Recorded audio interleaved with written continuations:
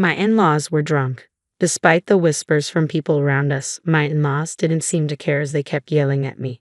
Well, I guess it's too late since you're already married, but if you want to be part of this family, you need to show us you have enough money, they said. Yes, your dad is right, so make sure to give us $1,000 a month as a new bonus, they added. I was stunned by their words. I couldn't believe they would say such things at a wedding reception. I just stared at them, my face going pale. My dad took the microphone from them. Enough is enough. Don't you realize you're making fools of yourselves? He said. My name is Linda. I'm a 30-year-old office worker. I'm currently dating Larry, who is 32, 2 years older than me. I met him through a friend who was worried about me being single, so she introduced me to Larry. After dating for a year, Larry proposed, and now we are soon to be married. I lost my mother when I was very young, and my father raised me by himself. He worked very hard to take care of all my needs. I didn't have many worries growing up, but losing my mom, who I loved so much, deeply hurt me. Because I lost someone I cared about so much, I was cautious with my emotions. That's why I hadn't really dated anyone since my school days. I even thought it would be okay if I stayed single forever. Then I met Larry. At first, I didn't feel any romantic feelings for him, even though he asked me out many times. Larry really cared about me and was always a gentleman. Slowly, I began to open my heart to him, and we started dating. He kept caring for me, and I felt very happy. He became very special to me, and I started thinking I wanted to be with him forever. Then he proposed, and we decided to get married. Larry understood everything about me and was always kind to me no matter what. Don't worry, if you're ever feeling unsure about something, I'll be here for you until you feel better. I love you, Linda. You can count on me, he would say. His words moved me. He promised to make me happy for the rest of my life. Just being with him warmed my heart. If he cared that much for me, I thought I should do the same for him. When I told my father that we decided to get married, he was so happy that he cried. Wow, Linda, you're finally getting married. I'm so happy for you, he said. Oh, Dad, you're being dramatic, I joked. Wow, I hadn't heard anything like that from you until now. I was always worried that you might never get married, he replied. Oh, really? I had no idea you were worried about that, I said. Well, every father worries about his daughter, you know. Anyway, congratulations, he said. Thanks, Dad, I replied. I was so happy to be congratulated by my dad, who had raised me by himself. I thought I would probably cry at the wedding, and my dad would probably cry even more since he was already crying now. With that, Larry and I started preparing for our wedding. We were both busy with our jobs, so our days were very hectic. We worked during the weekdays and made wedding preparations over the weekends. There was no time to rest. Our calendars were always full. On the rare day off, we were supposed to visit Larry's parents' house. It was my first time meeting them. Larry had met my father right after he proposed to me. Originally, I planned to visit Larry's parents soon after, but they were busy and our schedules never lined up. Finally, we managed to arrange a visit. As we arrived, I suddenly felt nervous. Don't worry, my parents are very kind, Larry reassured me. His words made me feel a bit better, and I rang the doorbell. It was his mother who opened the door. Mom, I'm home, Larry said. Welcome home, Larry. It's so good of you to come, his mother replied warmly. As she talked with her son, I greeted her politely. Nice to meet you. My name is Linda, and I'm Larry's fiancée. I see, so you're Linda, she said, her tone shifting. She looked me up and down, her smile fading. Then she led us to the living room, where her cold attitude remained. Linda, I'm curious about what you bring to the table. Larry is our treasure and our only child. If you're going to marry him, you need to be a suitable wife. Are you worthy of him? She asked, sounding more like an interrogation. I was taken aback by her question. I hadn't expected such a cold attitude from my future mother-in-law and was at a loss for words. You're going to join our family, you know. Are you ready for that? She continued. True, marrying Larry meant joining his family, but it's not like Larry's family were the Kennedys or some well-known high society family. It's not like I was marrying into a royal family. Why was I being asked to make such a commitment? Besides, I wasn't even going to live with them. I don't like being pressured with questions like these. As I was thinking about how to respond, his mother seemed impatient with my slow reply and scolded me harshly. When I ask you a question, answer me right away. You're so rude, she snapped. I'm asking if you're ready for this, she continued, raising her voice. Despite feeling overwhelmed, I managed to say, I hope that Larry and I will support each other in our marriage. When I said that, his mother was not convinced. What a naive thing to say. You aren't just going to support each other. You were supposed to support Larry. It's your job as a wife to support your husband. You don't even understand the basics, she criticized. Then Larry's father, who was sitting next to her, intervened. Honey, calm down. Sorry about that, Linda. You must have been startled by my wife's words, he said, trying to ease the tension. It's all right, I replied, trying to remain calm. His mother is very protective of her only son. Maybe she was just nervous and spoke without thinking. Just then, Larry's brother walked in. He spoke in a quiet, calm, and gentle tone. He seemed like a kind man, which gave me a moment of relief. But that relief was short-lived. With a smile on his face, he said the most unexpected thing. What my wife says is actually justified. What concerns me the most is that you come from a single-parent family. What do you mean by that? I asked, confused. Well, being raised by just one parent doesn't have a good public image. We can't be too happy to have such a person become the wife of our only son, can we? He explained. Hold on a minute, I said, unable to let this comment slide. What is wrong with being raised by a single parent? My father worked very hard to raise me by himself. I am very thankful for my upbringing, and I am proud of my father. Being raised by a single parent doesn't make me any less valuable. But they still argued. Since you were missing one parent, you couldn't have learned how to be a good wife, do housework, and such. I responded, I did a lot of housework to help my father. I can also cook pretty well, so please don't say that. Despite my response, Larry's words ignored what I said, and he finally stated, I will allow you to marry Larry, but in exchange, you must promise to devote everything to us because we are Larry's parents. Can you promise me that? What? I was shocked. Wow, since you came here to ask for our permission to marry our son, you do know what your duties are, don't you? Before I could say more, he continued the conversation. I found that my in-laws had completely taken over the conversation, giving me little chance to respond. That night, as I thought more about the marriage, I decided to share my feelings with Larry. Say, Larry, do your parents always talk to people like that? What about it? Larry seemed unfazed. I was surprised that Larry didn't see anything wrong with what his parents had said to me. Well, I mean the way your parents spoke to me and what they said. Oh, really? Well, they were just talking about whether you were ready for this marriage. I get that your parents are worried about their son's marriage, but I feel like what they were saying was a bit too much. I said. Really? Why is that? My parents didn't say anything wrong. Besides, they've given us permission to get married, so don't worry about it. Larry replied. That's true, but I felt uneasy, I said. Larry seemed to side with his parents more than with me, and that was very troubling. I guess he realized I was feeling unsure because he gave me a hug. Linda, you don't have to worry so much. My parents are just a bit upset because their only son is getting married, he said. He spoke as if he didn't fully support me. It's all going to be fine. Don't overthink it. I'm sure they just want what's best for us. They want us to be as good of a couple as they are. That's why they were a bit harsh. Oh, really? I replied. Like he said, maybe his parents have high expectations for us.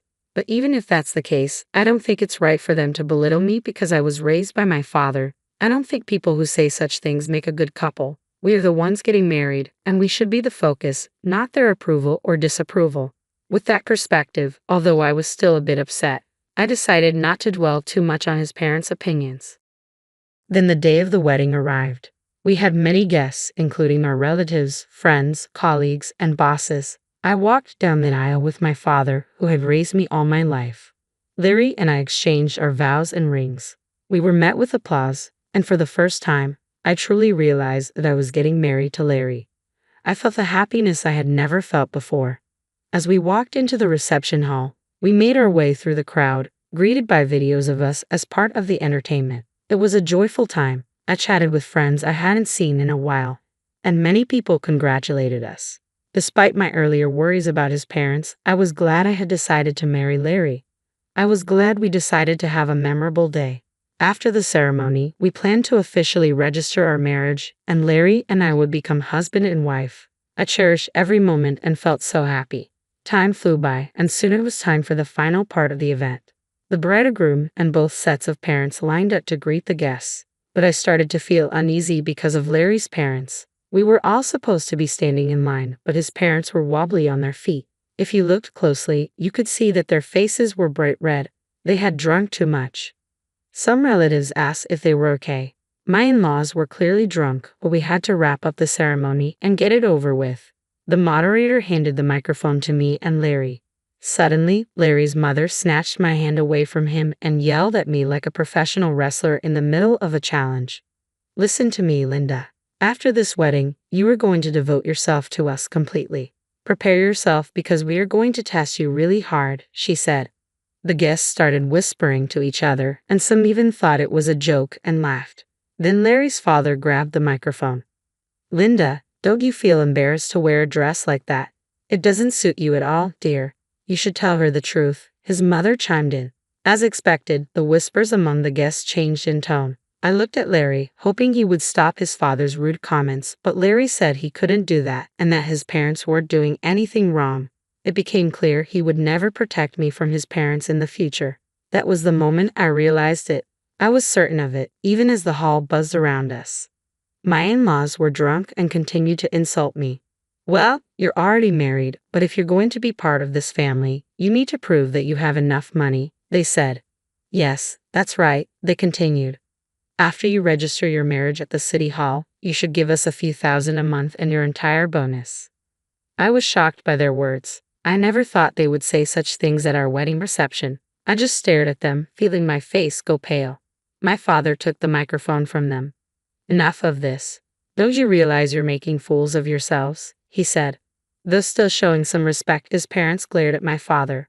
"Why are you interrupting us while we're talking?" I knew this woman's father was no good.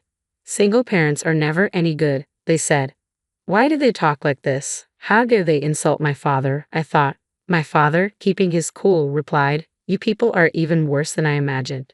You even refuse to meet me because I am a single father. I never thought that someone like you would work for President Scott. President Scott is such a respectable person. I assumed his employees would be decent as well," my father continued. At that, my father-in-law's face turned very serious. How do you know President Scott?"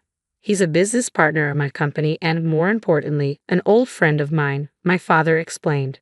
"And speaking of single parents, President Scott was raised by his mother alone. So you just insulted the president of the company you work for."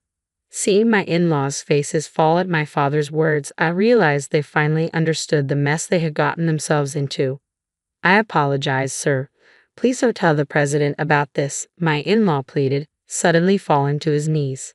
Just moments before, he had acted like he was in charge, but now he looked defeated. I could hear laughter from the guests. Some even pulled out their cell phones to record the scene. "No matter how much you apologize, you can't take back your words," my dad said. He walked over to me and asked if I wanted to go home with him. I said yes and took the microphone from Larry's hand. "Thank you for the great entertainment, but there will be no marriage," I announced to Larry, his parents, and everyone who attended.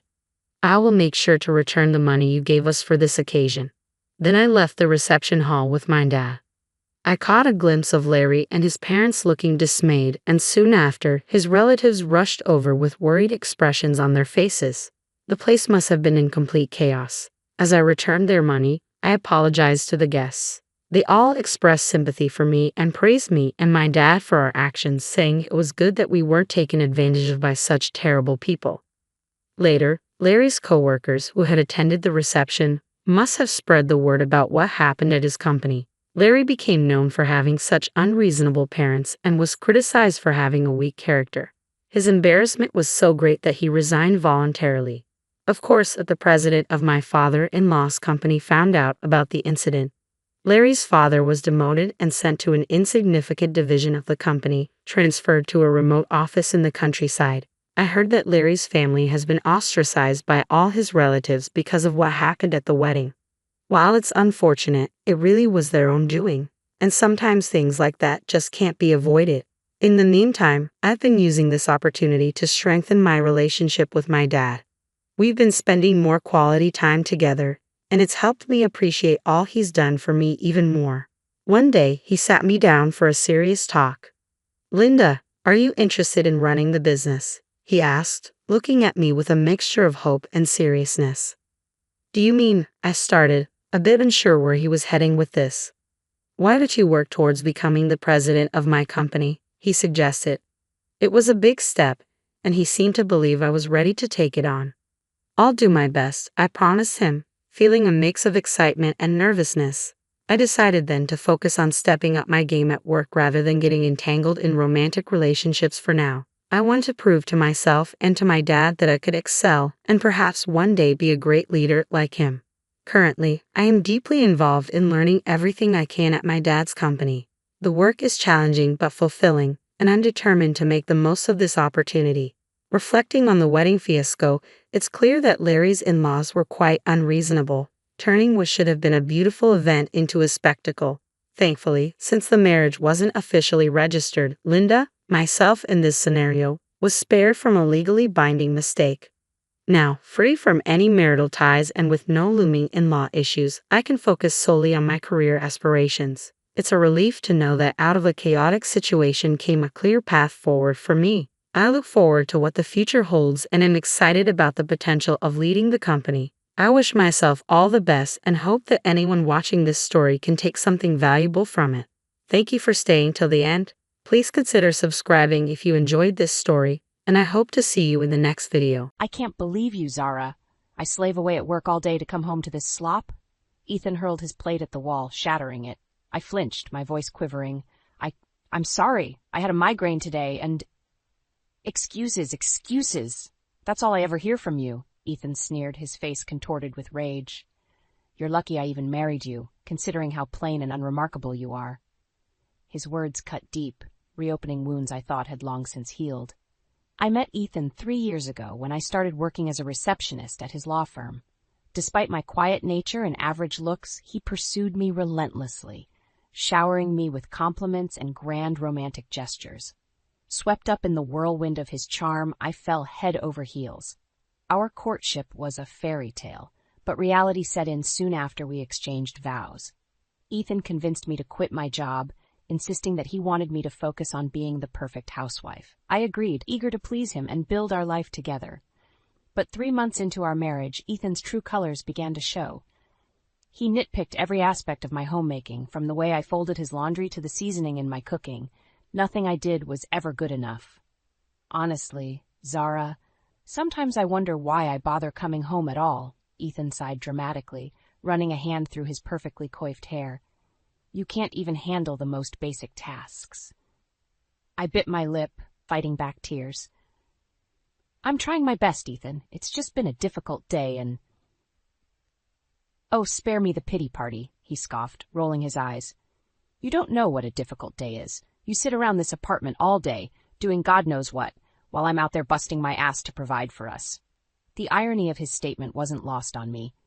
It was Ethan's idea for me to quit my job in the first place, yet he never missed an opportunity to throw my unemployment in my face. I took a deep breath, trying to calm my frayed nerves. I appreciate everything you do for us, Ethan. I'll try harder, I promise. You better, he warned, his tone icy. I didn't marry you for your scintillating conversation, Zara. The least you can do is keep the house in order and put a decent meal on the table. With that, he stormed off to the bedroom, slamming the door behind him. I sank to the floor, hugging my knees to my chest as silent sobs racked my body. How had my life come to this? What happened to the charming, attentive man I fell in love with? As I sat there, surrounded by the shards of the shattered plate, I couldn't help but feel like they were a metaphor for my marriage.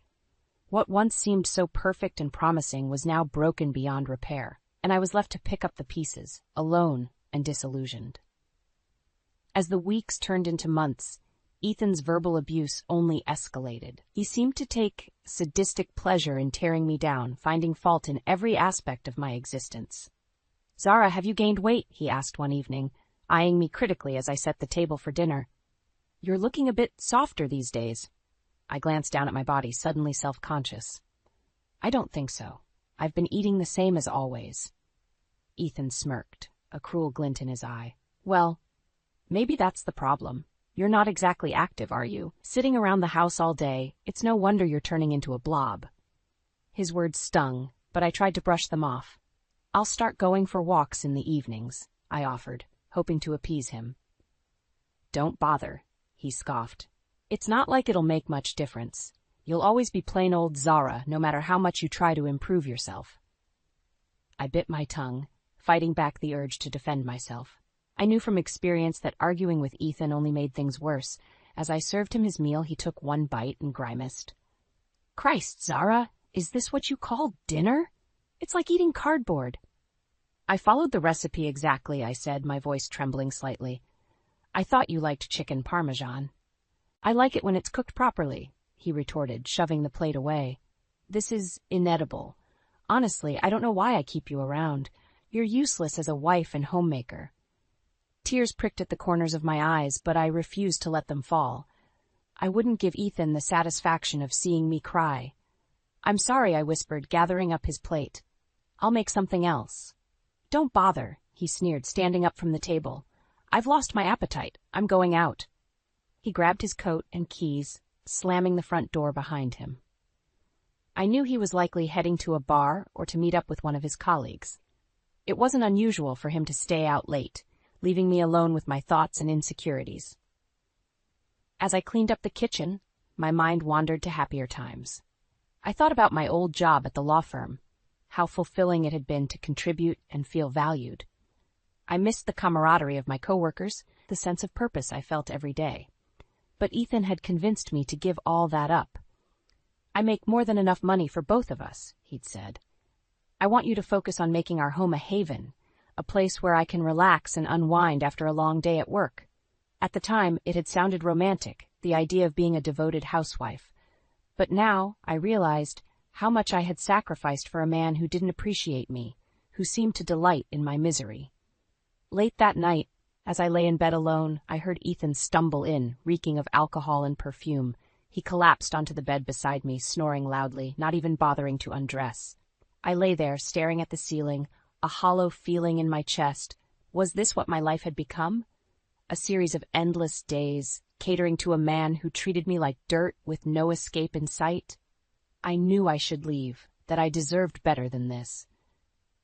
But a part of me still clung to the hope that Ethan would change, that he'd go back to being the charming, loving man I'd married. Little did I know, the worst was yet to come, and my illusions were about to be shattered in the most devastating way possible. It was a typical Sunday afternoon, and I was doing laundry, trying to keep myself busy and distracted from the constant tension that hung over our household. As I emptied Ethan's pockets before tossing his pants into the washing machine, his phone tumbled out, landing on the floor with a clatter. I picked it up, intending to place it on the counter, when a message flashed across the screen. It was from Valerie, Ethan's secretary at the law firm. I hesitated for a moment, knowing I shouldn't pry, but something compelled me to open the message. What I saw made my blood run cold. It was a photo of Valerie, scantily clad and posed provocatively, accompanied by a text that left little to the imagination. Can't wait for round 2, baby. Last night was incredible. I felt like I'd been punched in the gut. My hands shook as I scrolled through the message history, each exchange more explicit than the last. It was clear that Ethan and Valerie were having an affair, and from the looks of it, it had been going on for months. Rage and betrayal coursed through my veins. How could he do this to me? After everything I'd sacrificed for him, all the abuse I'd endured, he had the audacity to cheat on me with his secretary. I heard the front door open and Ethan's footsteps in the hallway. I stormed out of the laundry room, his phone clutched in my hand, ready to confront him. "What the hell is this?" I demanded, thrusting the phone in his face. Ethan's eyes widened for a moment, but he quickly composed himself. "What are you doing snooping through my phone, Zara? That's private." "Private?" I laughed bitterly. "You're screwing your secretary, and you have the nerve to talk about privacy." He sighed, running a hand through his hair. "It's not what it looks like. It's just harmless flirting, nothing more." "Don't lie to me," I screamed, hot tears streaming down my face. "I saw the messages, the photos. How long has this been going on?" Ethan's face hardened, his eyes turning cold. "Fine, you want the truth? Yes, I've been sleeping with Valerie, but can you blame me? Look at you, Zara. You're a pathetic excuse for a wife. I only married you because I thought you'd be easy to control, but even that's proving to be more trouble than it's worth." His words hit me like a slap in the face. I stumbled back, my mind reeling. You never loved me, I whispered, the realization dawning on me. This whole marriage was a sham. Ethan smirked, a cruel twist of his lips. Oh, don't act so surprised. Did you really think someone like me would genuinely fall for someone like you? You were a means to an end, Zara. A convenient little wife to keep the house clean and warm my bed at night, but even you couldn't get that right. I felt like I was going to be sick. The man I had loved, the man I had given up everything for, was nothing more than a manipulative, cheating bastard. I'm done, I said, my voice shaking with a mix of anger and grief. I'm leaving, and I'm filing for divorce. Ethan laughed, a harsh, grating sound. Go ahead. But remember, Zara, you're nothing without me. You have no job, no skills, no prospects. Good luck finding someone else to put up with your pathetic existence. I didn't bother responding. I grabbed a suitcase and started packing, throwing in clothes and essentials with trembling hands. I couldn't spend another minute in this house, with this man who had shattered my heart and my illusions. As I walked out the door, I felt a sense of relief wash over me, tinged with the bitterness of betrayal. I knew the road ahead would be difficult, but anything was better than staying in a marriage built on lies and manipulation. It was time to pick up the pieces of my life and start anew, far away from Ethan and the toxic love that had nearly destroyed me. With my marriage in shambles and my heart in pieces, I found myself on my sister's doorstep, suitcase in hand. She took one look at my tear-stained face and pulled me into a tight hug, ushering me inside without a word. Over the next few days, I poured out my story to her, recounting every painful detail of Ethan's betrayal and the emotional abuse I had endured. She listened patiently, offering comfort and support, her anger at Ethan's actions simmering just beneath the surface. You can stay here as long as you need, she assured me. We'll get you back on your feet, Zara. You're stronger than you know. With her encouragement, I started looking for work, determined to regain my independence. I landed a job as a waitress at a high-end bistro, the kind of place Ethan and his colleagues would often frequent for business lunches. At first, I was nervous, worried that I wouldn't be able to keep up with the fast-paced environment and demanding customers. But as the weeks passed, I found myself thriving in the role, my natural warmth and attentiveness shining through. The regular customers began to take notice, complimenting me on my service and friendly demeanor. You always manage to brighten my day, Zara, one elderly gentleman said, patting my hand as I refilled his coffee. You have a real gift for making people feel welcome. Their kind words were a balm to my battered self-esteem, slowly helping me rebuild the confidence Ethan had systematically torn down. I started to see myself in a new light, not as the worthless, unlovable woman he had made me believe I was, but as someone with value and purpose. One evening, as I was clearing tables after a particularly busy shift, my manager pulled me aside. Zara, I just wanted to let you know how impressed I am with your work, he said, smiling warmly. You've become an integral part of our team, and the customers adore you. Keep up the great work. I thanked him, feeling a sense of pride and accomplishment wash over me. For the first time in years, I felt like I was truly good at something, that I had a place where I belonged. As I walked home that night, I couldn't help but reflect on how far I had come in such a short time. Just a few months ago, I had been a broken shell of a woman, convinced that I was nothing without Ethan. But now, I was standing on my own 2 feet, building a life for myself that had nothing to do with him. When I arrived at my sister's apartment, I found a large envelope waiting for me on the kitchen table. My heart sank as I recognized Ethan's handwriting, and with trembling fingers I tore it open. Inside were divorce papers, already signed by Ethan. A note was attached, his words dripping with disdain. I've made it easy for you, Zara. Just sign on the dotted line, and you'll be free of me. Not that anyone else would want you, but at least you won't be my problem anymore. I stared at the papers, a mix of emotions swirling within me. Relief that I could finally sever ties with the man who had caused me so much pain. Anger at the callous way he dismissed our marriage, and a tiny lingering sense of sadness for the love I had once believed we shared. But as I picked up the pen and signed my name, I felt a weight lift from my shoulders. I was no longer Ethan's wife, no longer bound to a man who had never truly loved me. I was Zara, a woman with her own strength, her own worth, and a future that was mine to shape. I slid the papers back into the envelope, sealing it with a sense of finality. Tomorrow I would mail them to Ethan's lawyer, and my new life would truly begin. I had no idea what the future held, but for the first time in a long time, I was excited to find out. A few weeks after I sent the signed divorce papers, I decided to visit the apartment Ethan and I had once shared to collect the last of my belongings. As I stepped inside, a flood of memories washed over me, both good and bad. I pushed them aside, focusing on the task at hand. I was just finishing up when I heard the front door slam open. I spun around to see Ethan standing there, his face contorted with rage. "What the hell do you think you're doing?" he snarled, storming towards me.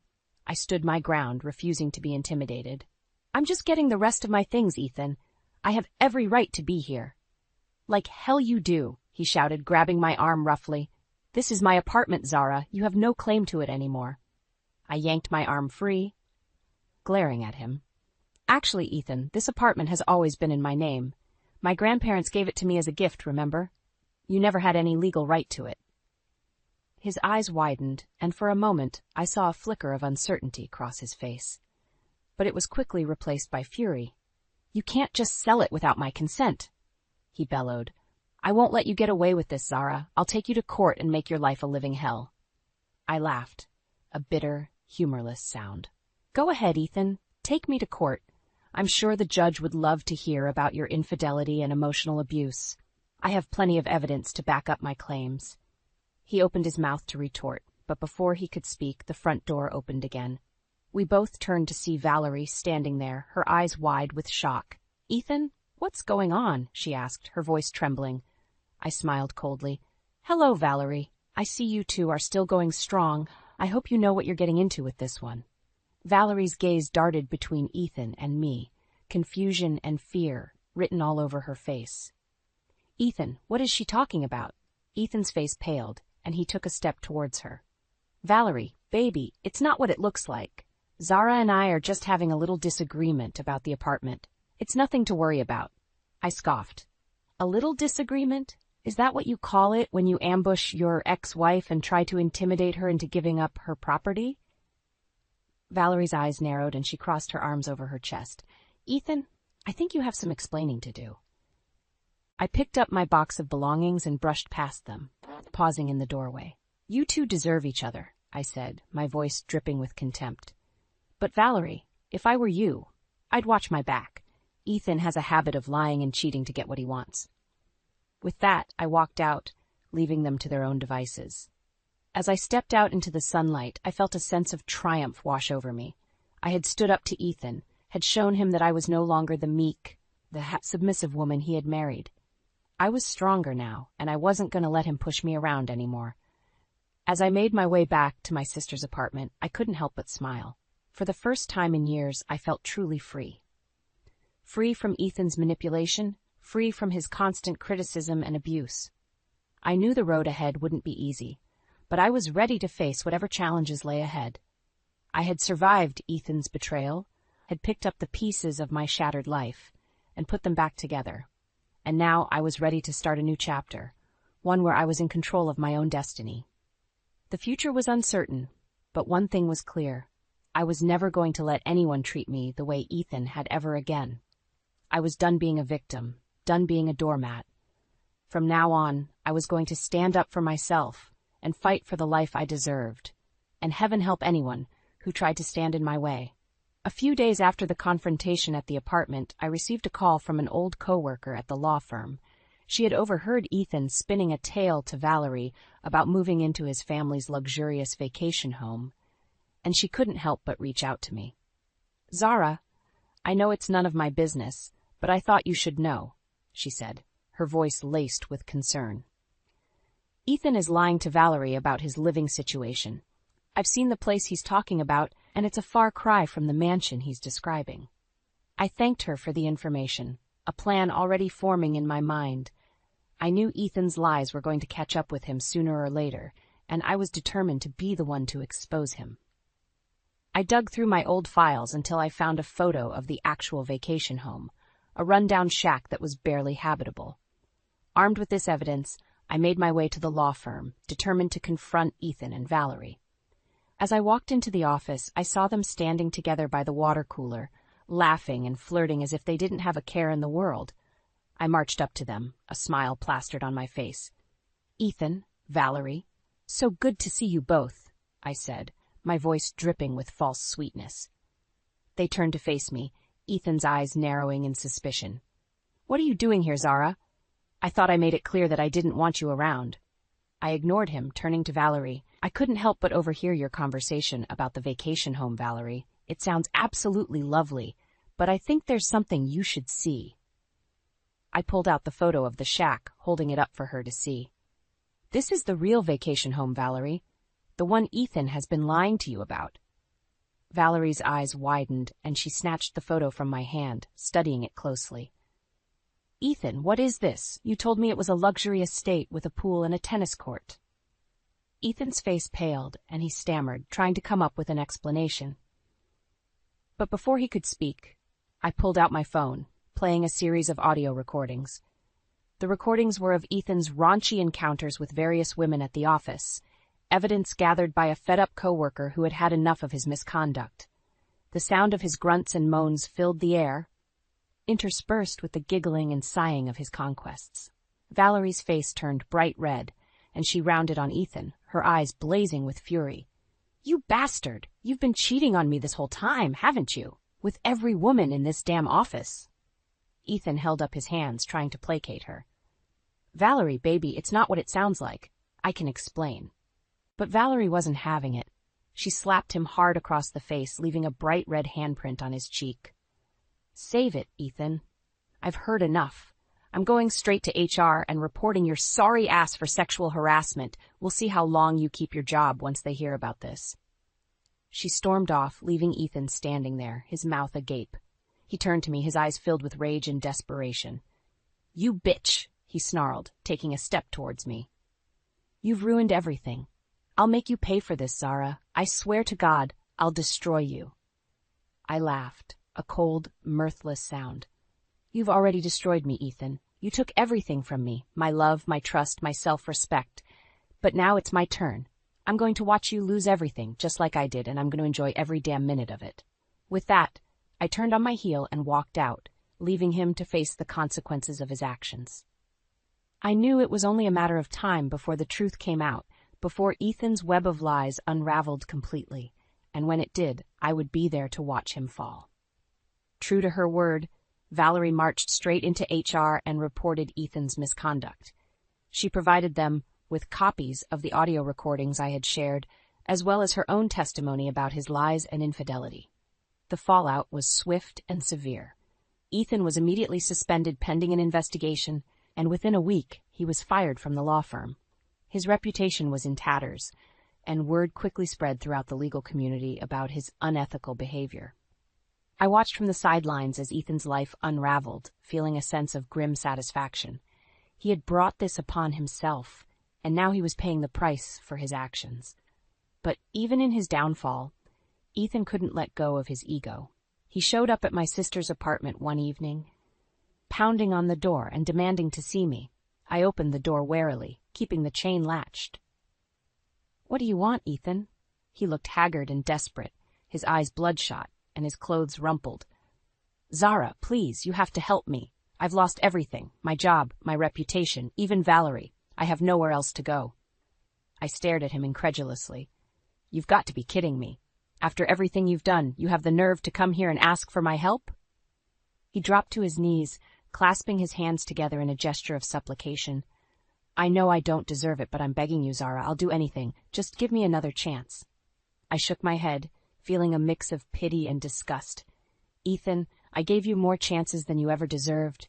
I put up with your abuse, your lies, your cheating, all because I loved you. But that love is gone now, and it's never coming back." He looked up at me, his eyes filled with tears. "Zara, please, I know I can change. I'll be a better man, I swear it. Just don't leave me like this." I sighed, closing my eyes for a moment. When I opened them again, my gaze was steady and resolute. "Ethan, I'm not leaving you. I've already left.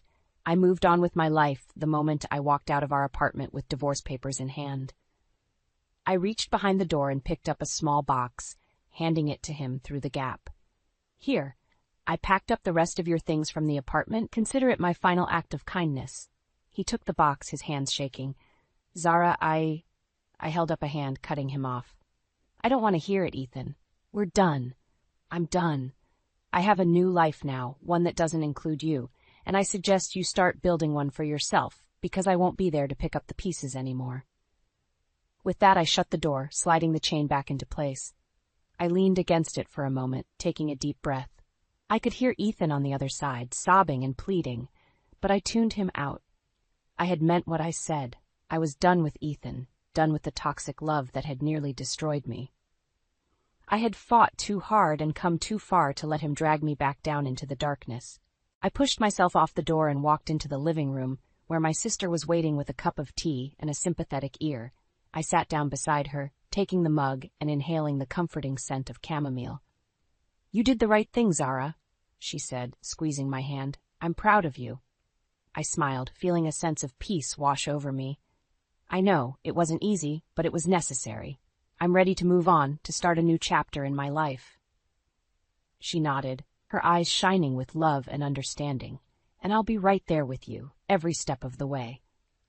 I leaned my head on her shoulder, feeling grateful for her unwavering support.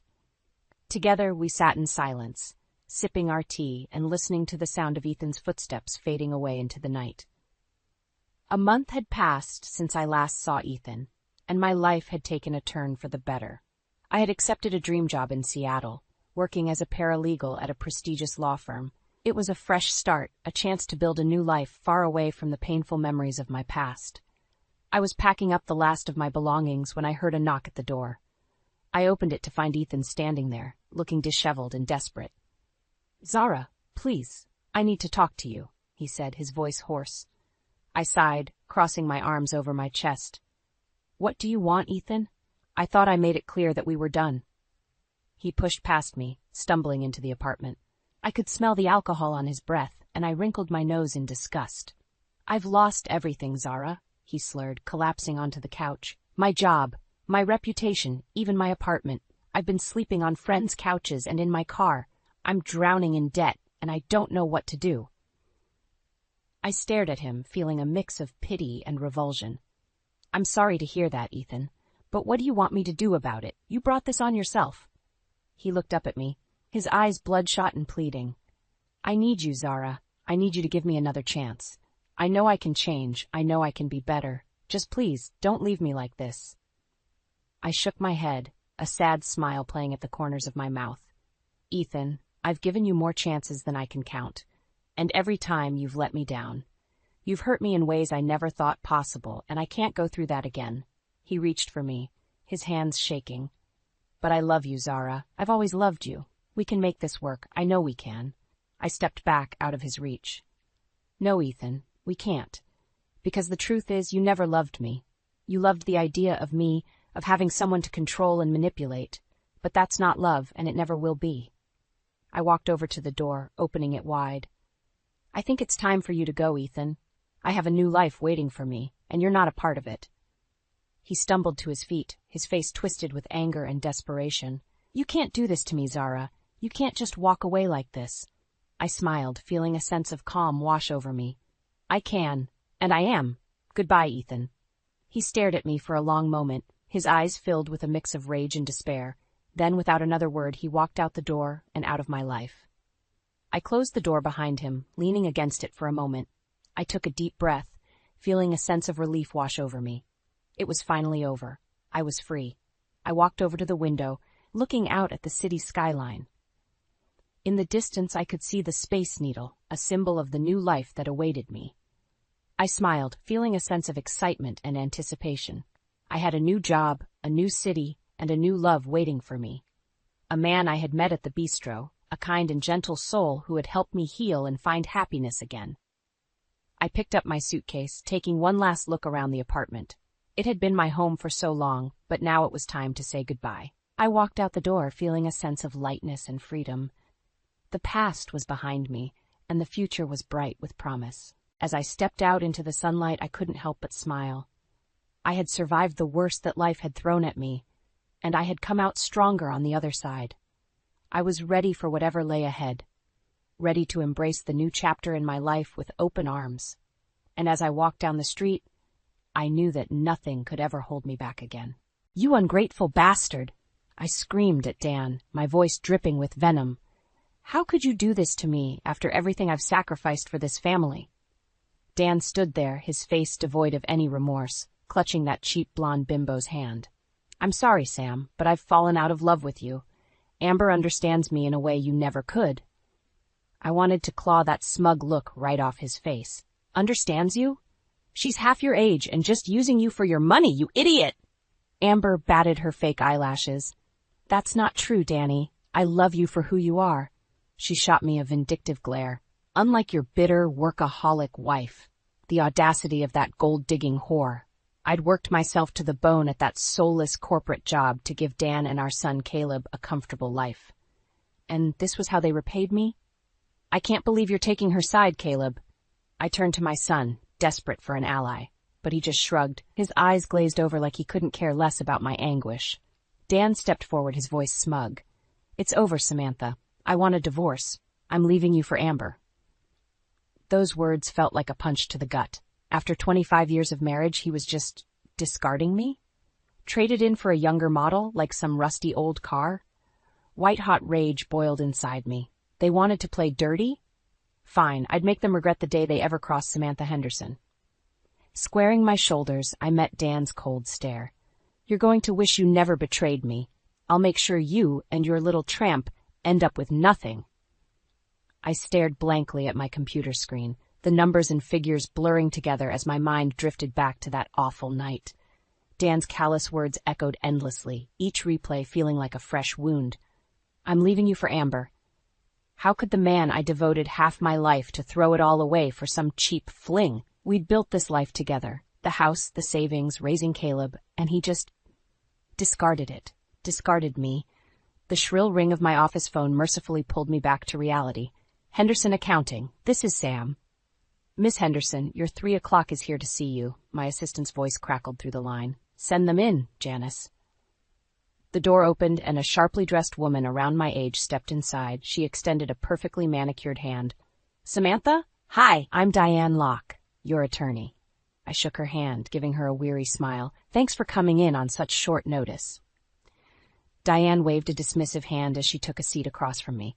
"Not a problem at all. Now, why don't you walk me through what's been happening?" I recounted the whole sordid affair. Dan's betrayal, my deadbeat son's surprising lack of loyalty, Amber's transparent gold digging. As the words tumbled out, I could feel the anger building again, burning away the numbness. When I finally finished, Diane let out a heavy sigh and leaned forward.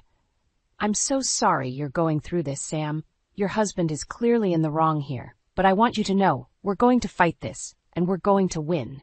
Her confidence was reassuring, fanning the flames of my own determination. "Damn right we are," I stated firmly. "That bastard and his whore want to play in the mud? They're going to regret ever crossing me." A slight smirk played across Diane's lips. "That's just what I like to hear. So where should we start?" I thought for a moment, then narrowed my eyes. "I want you to go over our finances with a fine-tooth comb. Every bank account, investment, asset. I need to know exactly what we're working with." Diane nodded slowly. "Consider it done. Anything else?" Meeting her gaze, I felt a surge of vindictive satisfaction. "Yeah, dig up every single shred of dirt you can find on Dan and his little mistress. Affair is just the tip of the iceberg, I'm sure." This time, Diane's smirk stretched into a full-blown grin. "Now you're speaking my language, Sam." As she began pulling out her laptop, I leaned back in my chair, a hard smile spreading across my own face. They had no idea what kind of hell they'd unleashed, but they were about to find out. I gripped the phone tightly, my knuckles turning white as I listened to the recording again. The unmistakable sounds of rustling sheets and breathy whispers filled my ear.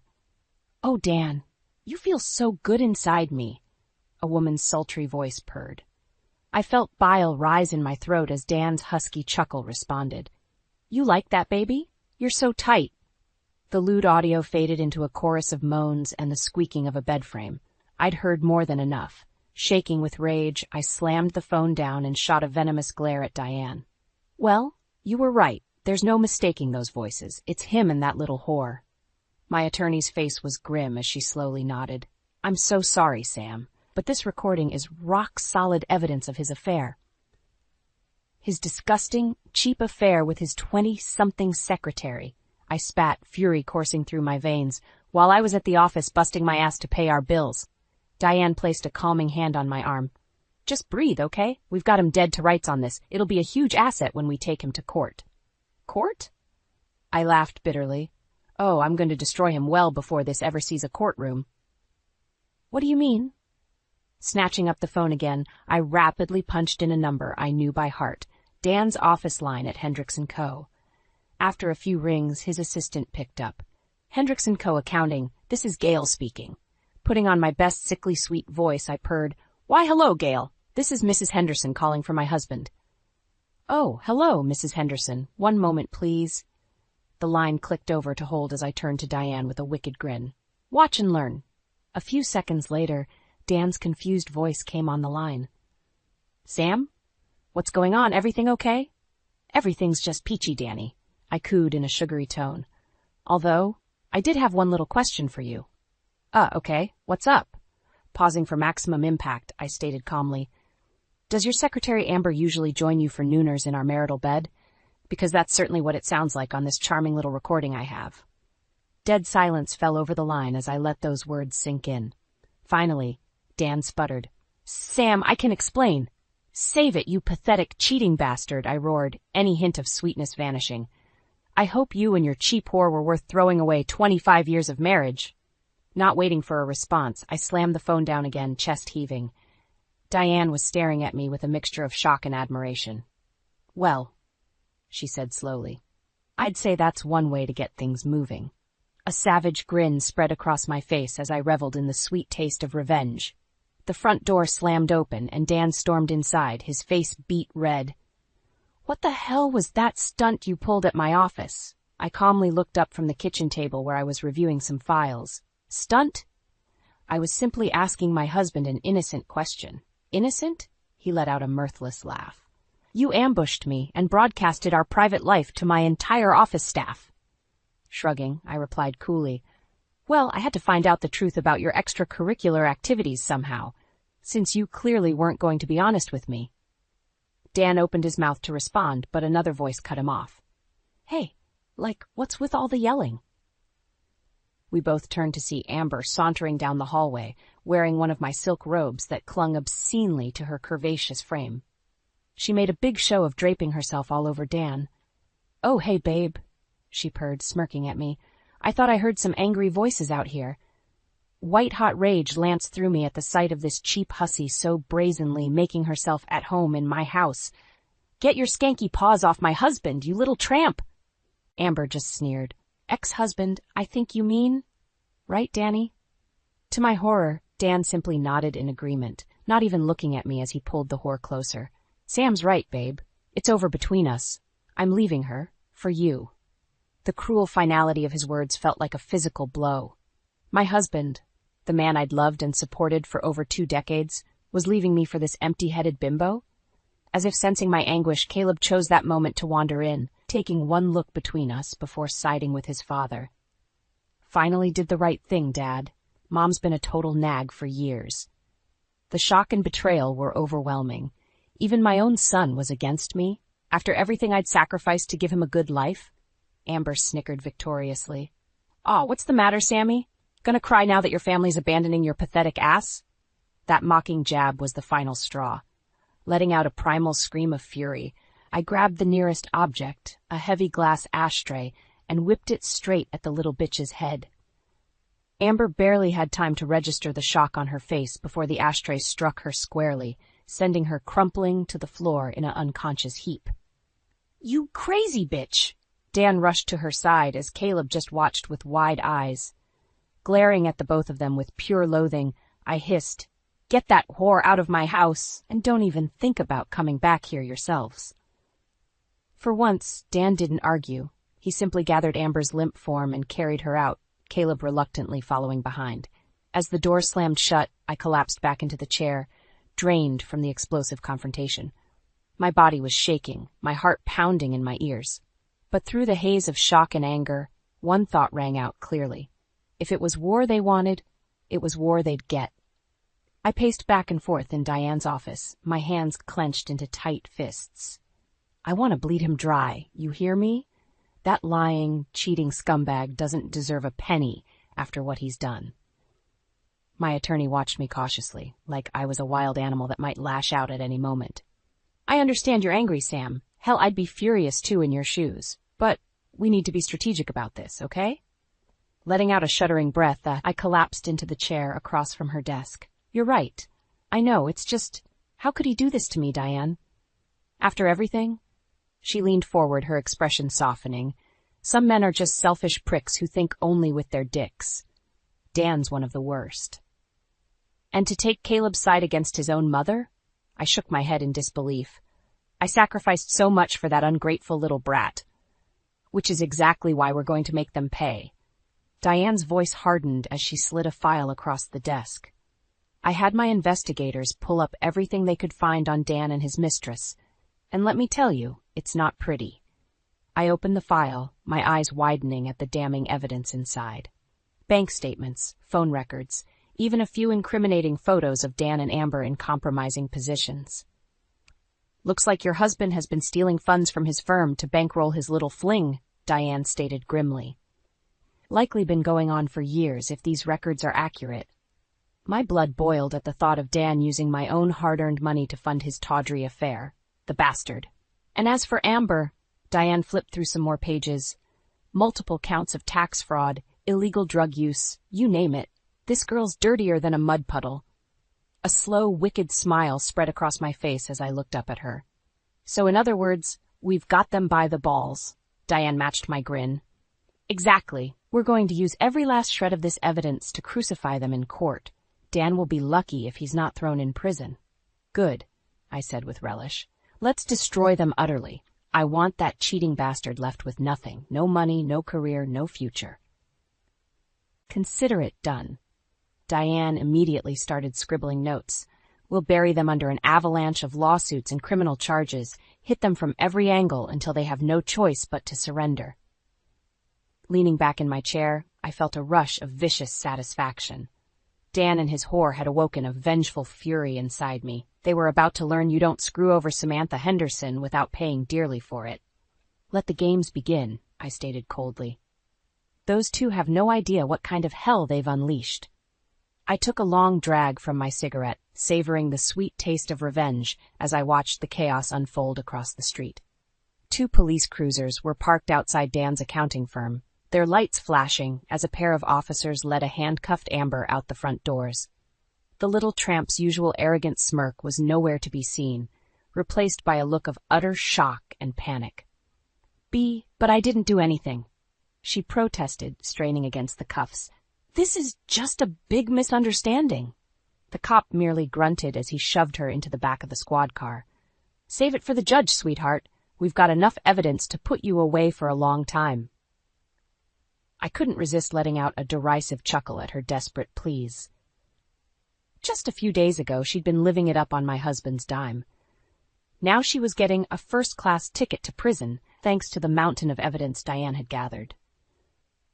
Stubbing out my cigarette, I turned my gaze to the firm's entrance, where Dan was pacing back and forth, running his hands through his hair agitatedly. A few of his coworkers kept shooting him wary looks as they shuffled past. Right on cue, 2 men in crisp suits emerged. Federal agents, by the look of them. They approached Dan and started questioning him intently. From my vantage point, I could see his face rapidly draining of color as the reality set in. At one point, Dan's eyes went wide with panic, and he started shouting, gesturing wildly.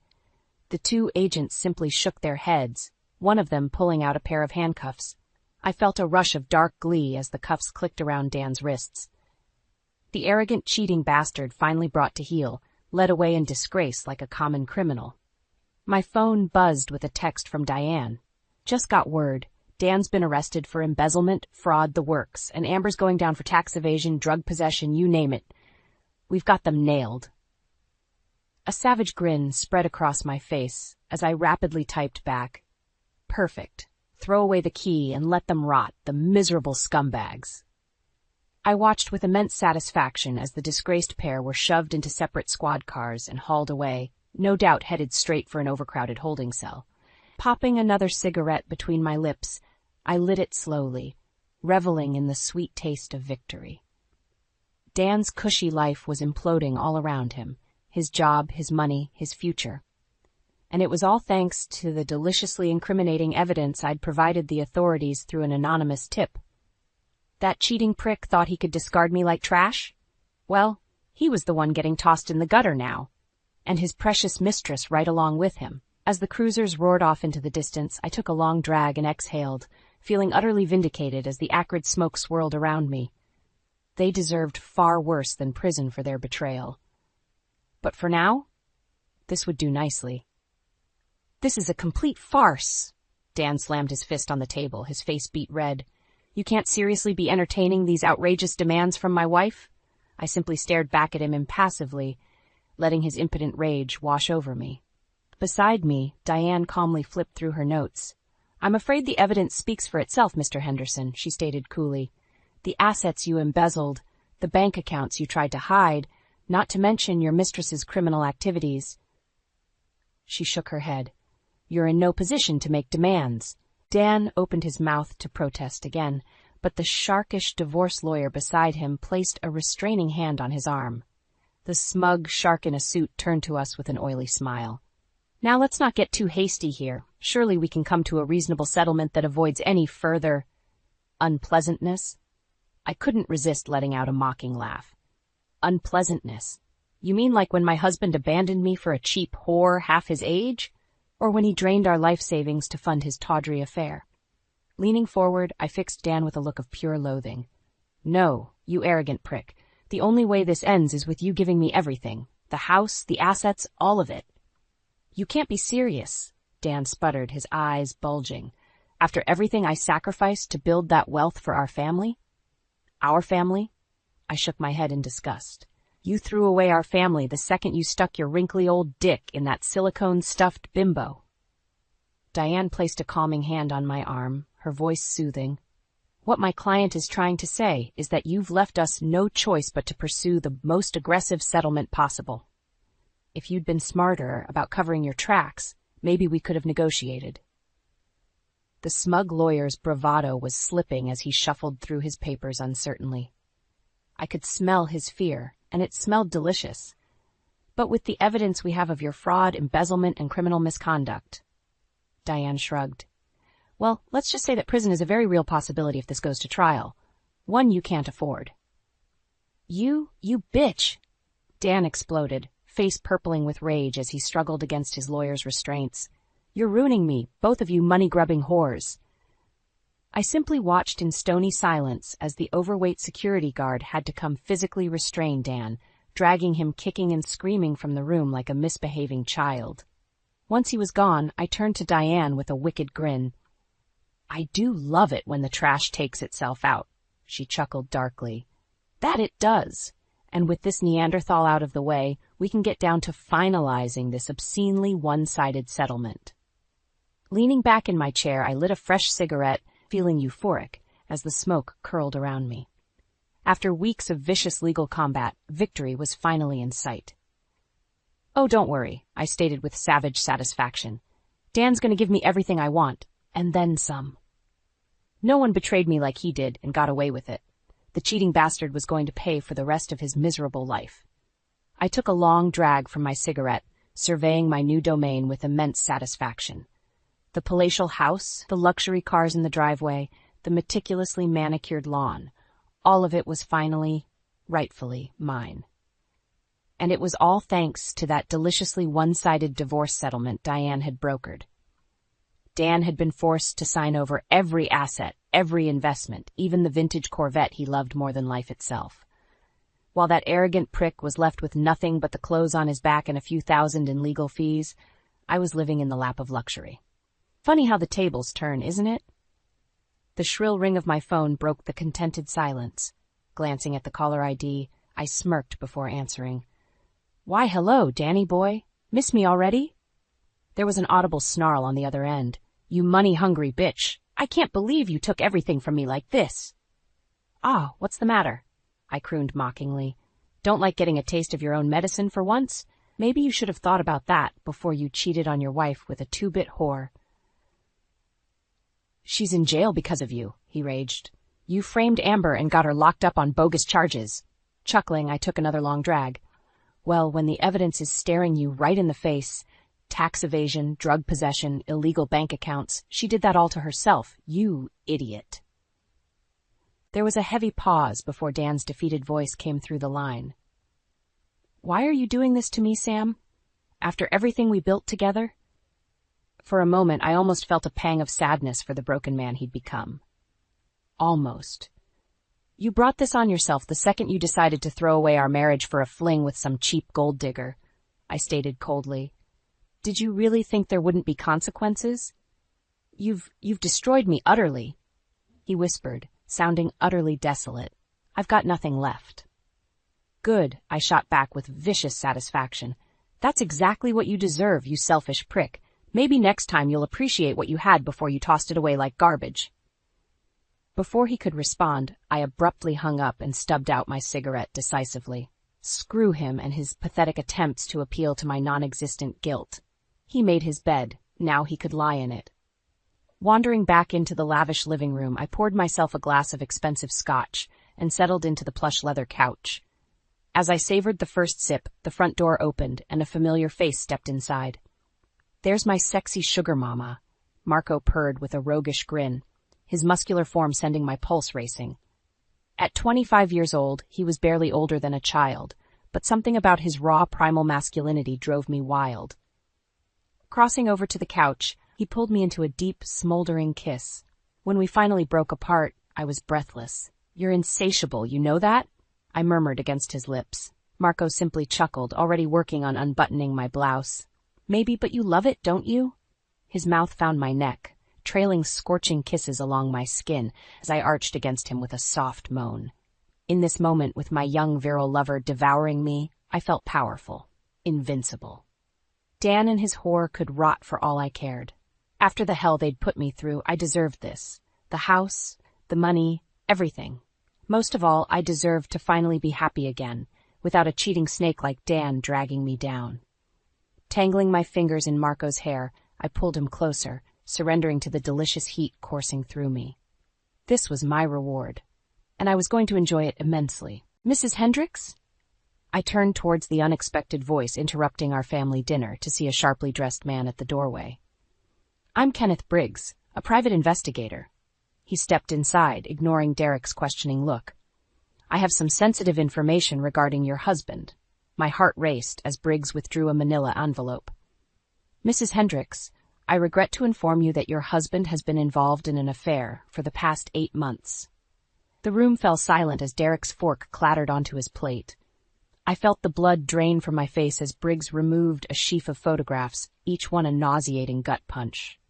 There was Derek, locked in intimate embraces with a slender brunette whose face I instantly recognized, my estranged younger sister, Elise. You lying, cheating bastard! I erupted, shattering the stillness. Bile rose in my throat as I hurled the photos across the table, uncaring that our teenage daughters flinched at the venom in my voice. Derek's complexion turned ashen. Marla, I can explain. Like hell you can. I cut him off with a sweep of my hand, chest heaving with anger and betrayal. How could you do this to me, to our family? I gestured at our girls, faces contorted with shock and confusion. Mrs. Hendricks, Briggs spoke evenly, I have documented evidence of your husband systematically draining finances and diverting assets to fund his indiscretions with your sister over the past several months. The despair sliced through me, sharp as a knife. I had suspected Derek's distance, the constant business trips and late nights, but Elise? My own flesh and blood? My temple throbbed as waves of rage threatened to drown me.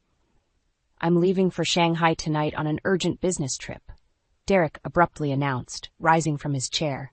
Defiance flashed across his taut features. When I return, we'll discuss this rationally like adults. Don't bother coming back, I shouted after his retreating figure. I whirled towards Elise's damning photos, still strewn across the tablescape amidst our half-eaten dinner. My life as I knew it lay in ruins, but I would not surrender so easily. Mustering every ounce of composure, I turned to face my bewildered daughters. "This changes nothing for you two," I stated, my voice fortified with a conviction I didn't quite feel. "Your father and I—" I stumbled over the words, tasting ashes on my tongue. "We're going through a difficult time, but I promise you we'll get through this." Their frightened expressions twisted the knife deeper into my heart. I watched numbly as they fled the maelstrom of shattered trust and heartbreak, now consuming the home I'd thought was unshakable. Briggs remained an uncomfortable witness. "My services have been paid in full to provide you with all available documentation," he remarked, sliding the envelope towards me. "I'm sorry, Mrs. Hendricks. No wife deserves this." An icy calm insulated me as I accepted the file. "Don't be sorry, Mr. Briggs." My voice hardened with grim resolution. "Be ready, because I'm just getting started." The hours blurred together after Derek's abrupt departure. I paced the hallways of our home, a gilded cage now tainted by his deception. Framed photos mocked me at every turn, snapshots of happier times twisted into bitter lies. I sank onto the bed we once shared, cradling my throbbing head. How could the man I loved, the father of my children, betray me so callously? And with Elise, of all people, my own sister? Trembling fingers traced the sharp lines of Derek's deceit, immortalized in Briggs' damning photos. An animalistic rage seethed within me, screaming for vengeance. I envisioned hurling plates, diamonds, bricks, anything to shatter the man who had shattered my world, without a shred of remorse. But I couldn't lash out recklessly, not with custody of the girls at stake. I had to remain level-headed, strategic. Derek's smug assertion that we'd discuss this rationally still rankled, as if he could whitewash his transgressions with empty platitudes. No, I needed a plan, a way to strike back and regain control, to ensure he and Elise faced the consequences they deserved. The echo of the front door slamming ricocheted through the stillness, jarring me from my stupor. I tensed, but familiar footsteps ascended the staircase. "Hey!" Theo's concerned face appeared in the doorway. Of course, he had rushed over after hearing the news. My dear friend and the best divorce attorney in the state. Wordlessly, I handed him the file, watching his expression contort with disbelief and anger as he examined the indisputable proof. "That lying sack of shit," he growled at last, raking calloused fingers through his graying hair. "Don't mince words, Theo," I replied with a hollow laugh. "Just tell me honestly, what are my options?" His jaw tightened grimly. "We build an ironclad case. Hit him where it hurts, his money, his assets, his reputation. With evidence like this," he waved the folder in emphasis, "we bury the bastard." A vindictive thrill coursed through me at the thought of skinning Derek for every last penny, to leave him destitute and disgraced as penance for his crimes. "Good," I stated, steeling my voice, "because I want it all.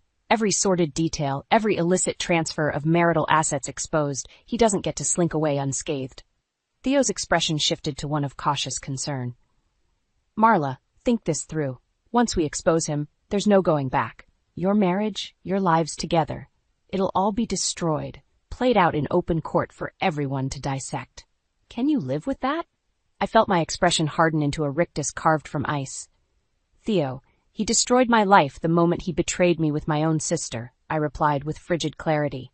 "Now I'm going to destroy his." Those final words unleashed a twisted sense of dark satisfaction. For too long, I had been the victim, the deceived wife, the embarrassed sister, the fool, but no longer. If Derek and Elise wanted the gloves off, I would oblige them. Starting today, I was going on the attack. The next few days passed in a whirlwind of grim determination. On Theo's advice, I began methodically collecting evidence to solidify my case against Derek and Elise. When the private investigator's report confirmed my worst fears that Derek had been systemically siphoning money and assets to fund his tawdry affair, a cold fury insulated me. I felt icy detachment transcend the devastating anguish of his betrayal. First, I discreetly transferred the contents of our joint accounts to a new one under my name alone, ensuring Derek would be unable to drain our finances further. The numbers swam before my eyes, each pilfered figure another twist of the knife in my gut. Next came compiling the paperwork. Copies of bank statements, unexplained expenditures, mortgage transfers, all blatantly suspicious. Theo assured me we had more than enough to decimate Derek's falsely cultivated facade of martial bliss and business success. We also need to figure out your living situation, he advised during one late-night strategy session, the shadows accentuating his frown lines. If you stay in the house, it just gives Derek's lawyers more ammunition to claim you condoned his actions. I worried my bottom lip, reluctant to uproot our daughter's lives any more than necessary. But Theo made a fair point. Any delay could jeopardize my custody claim. Surprising even myself, I found the answer immediately. My friend Lena? She has that big place in Hudson after her divorce. Theo's eyebrows arched in approval.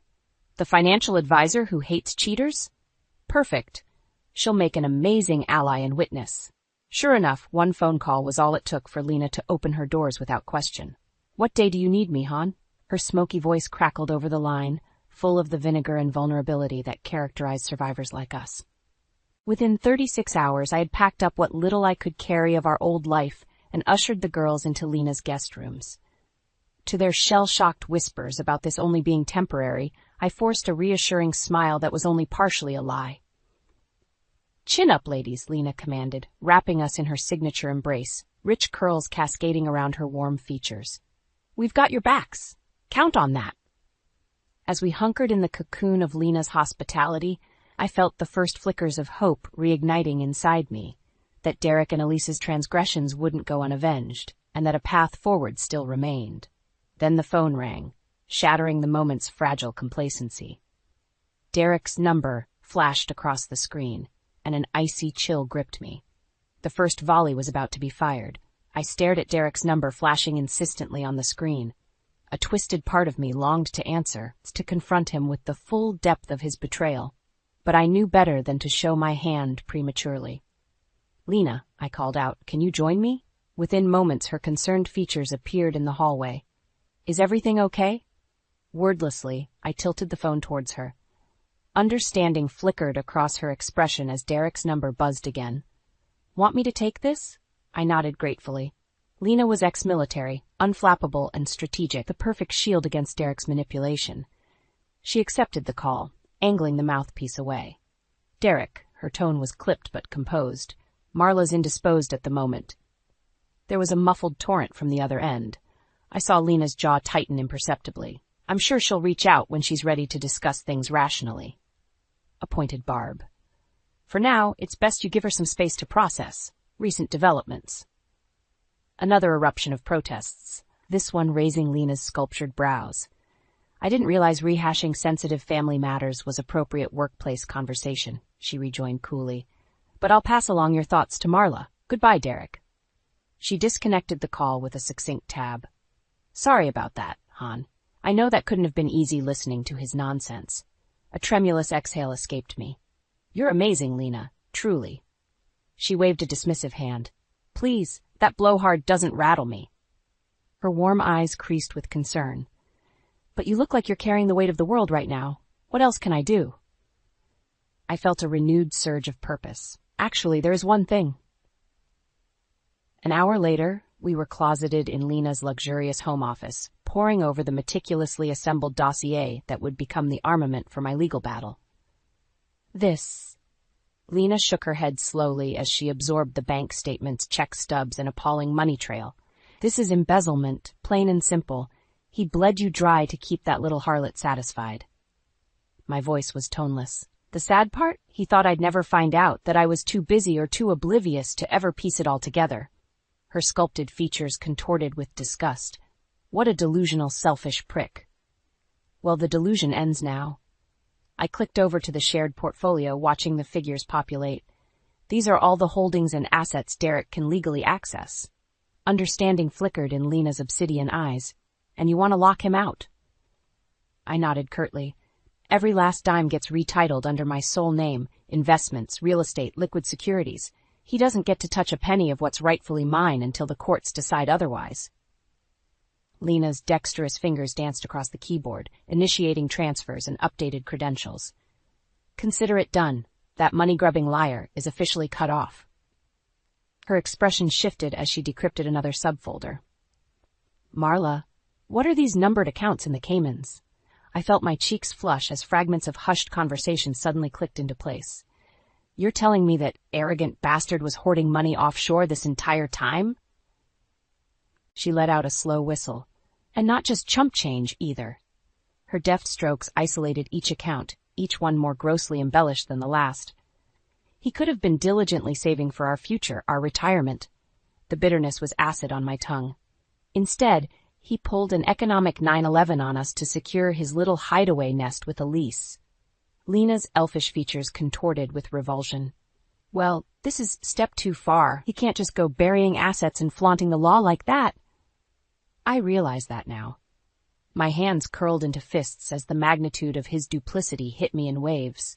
That duplicitous son of a bitch. Lena reached over and squeezed my arm, her touch steadying. Hey, we'll nail him for this, I swear. He's not getting away with pillaging your hard-earned nest egg.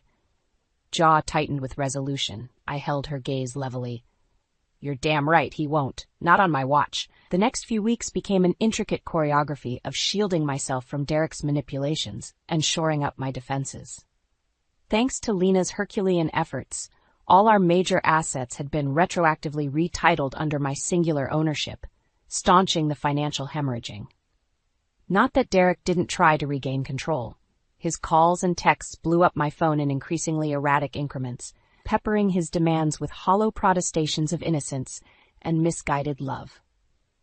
Marla, I know you're upset, but can't we talk this through like rational adults? I'm still your husband, and I demand. Towards the end, even the girls noticed, flinching at the shrill tones distorting from the speakers. I forestalled their concerned questions with reassuring smiles and stated that their father just needed some time. In reality, I had both dreaded and anticipated this escalation in Derek's behavior. So I followed Theo's counsel in documenting every irate voicemail, every unhinged text diatribe. More damning proof for the legal battleground that loomed ahead. To mute my inner turmoil, I receded inwards, letting a fortifying detachment insulate me. I no longer dwelled on the gutting anguish of his betrayal, nor the gaping void his calloused disregard had eviscerated. Instead, I simply existed. Day to day, checking the obligatory boxes with the armor of detachment, deflecting the numbing currents of fury, regret, and occasional pity that taunted me. Theo assured me this emotional icebox was normal, even advisable. Feeling is the enemy right now, Marla. It'll just cloud your judgment and give Derek's shysters an opening. Nevertheless, the customary rituals of my old life still haunted me like ghostly sentinels, mocking the hollowness of my existence. I found myself jolting awake in panic at 3 a.m., bitter at the loss of the partner who had once slumbered beside me, reassuring and sheltering. Who had that man been? The one I committed 20-something years to? Or had he died long ago, subsumed by the sociopsychic monster who now reviled me? Desperate for an outlet, I immersed myself in maintaining the vestiges of normalcy for the girls, ensuring their schedules and activities persisted with minimal disruption. Blessing Lena's hospitality for providing a cocoon of security, however fleeting it might prove. Still, their troubled frowns whenever Derek's name arose spoke volumes. How much longer could I reasonably postpone revealing the truth? That the father figure they had idolized was well on his way to becoming a pariah? That our family nucleus was splintering beyond repair? They were sharp, precocious young ladies. They would eventually discern that the ensuing divorce was no amicable separation. I found myself craving other distractions, any diversion to divert my mind from its ceaseless spools of recrimination and dismay. With Lena's encouragement, I gingerly resumed my passion projects like painting and weaving, channeling my pent-up tempests into intricate line work and fractal textures. I joined her twice-weekly boxing sessions at an exclusive boutique gym, relishing the euphoric simplicity of repeatedly pummeling the heavy bag in controlled bursts of exertion. My therapist, Dr. Ramirez, applauded these efforts towards self-reclamation during our bi-weekly visits. A serene, maternal presence, she nonetheless stressed the necessity of working through the grieving process. You're building impressive fortifications, Marla, but you can't wall off the pain indefinitely. It will find cracks, erode your defenses. Let yourself experience the waves of hurt, then release them with intentional healing. It's the only way to fully excise the toxins he inflicted. Even the good doctor's empathetic counsel sparked flickering prickles of resentment. Hadn't I endured enough psychological carnage already? Why should I purposefully immiserate myself by treading through the minefield of what was and what could have been? 10 agonizing days after his abrupt departure, Derek finally returned from his supposed business trip. I braced myself, squaring my shoulders as Theo and I waited in Lena's vestibule. The familiar crunch of tires on gravel heralded his arrival. I gripped the thick dossier tighter, its damning contents fortifying my resolve. The front door burst open and Derek blustered inside, withering slightly at the sight of Theo. "Why am I not surprised you're here?" he sneered. "This is the part where you start listening for once in your miserable life," Theo stated flatly.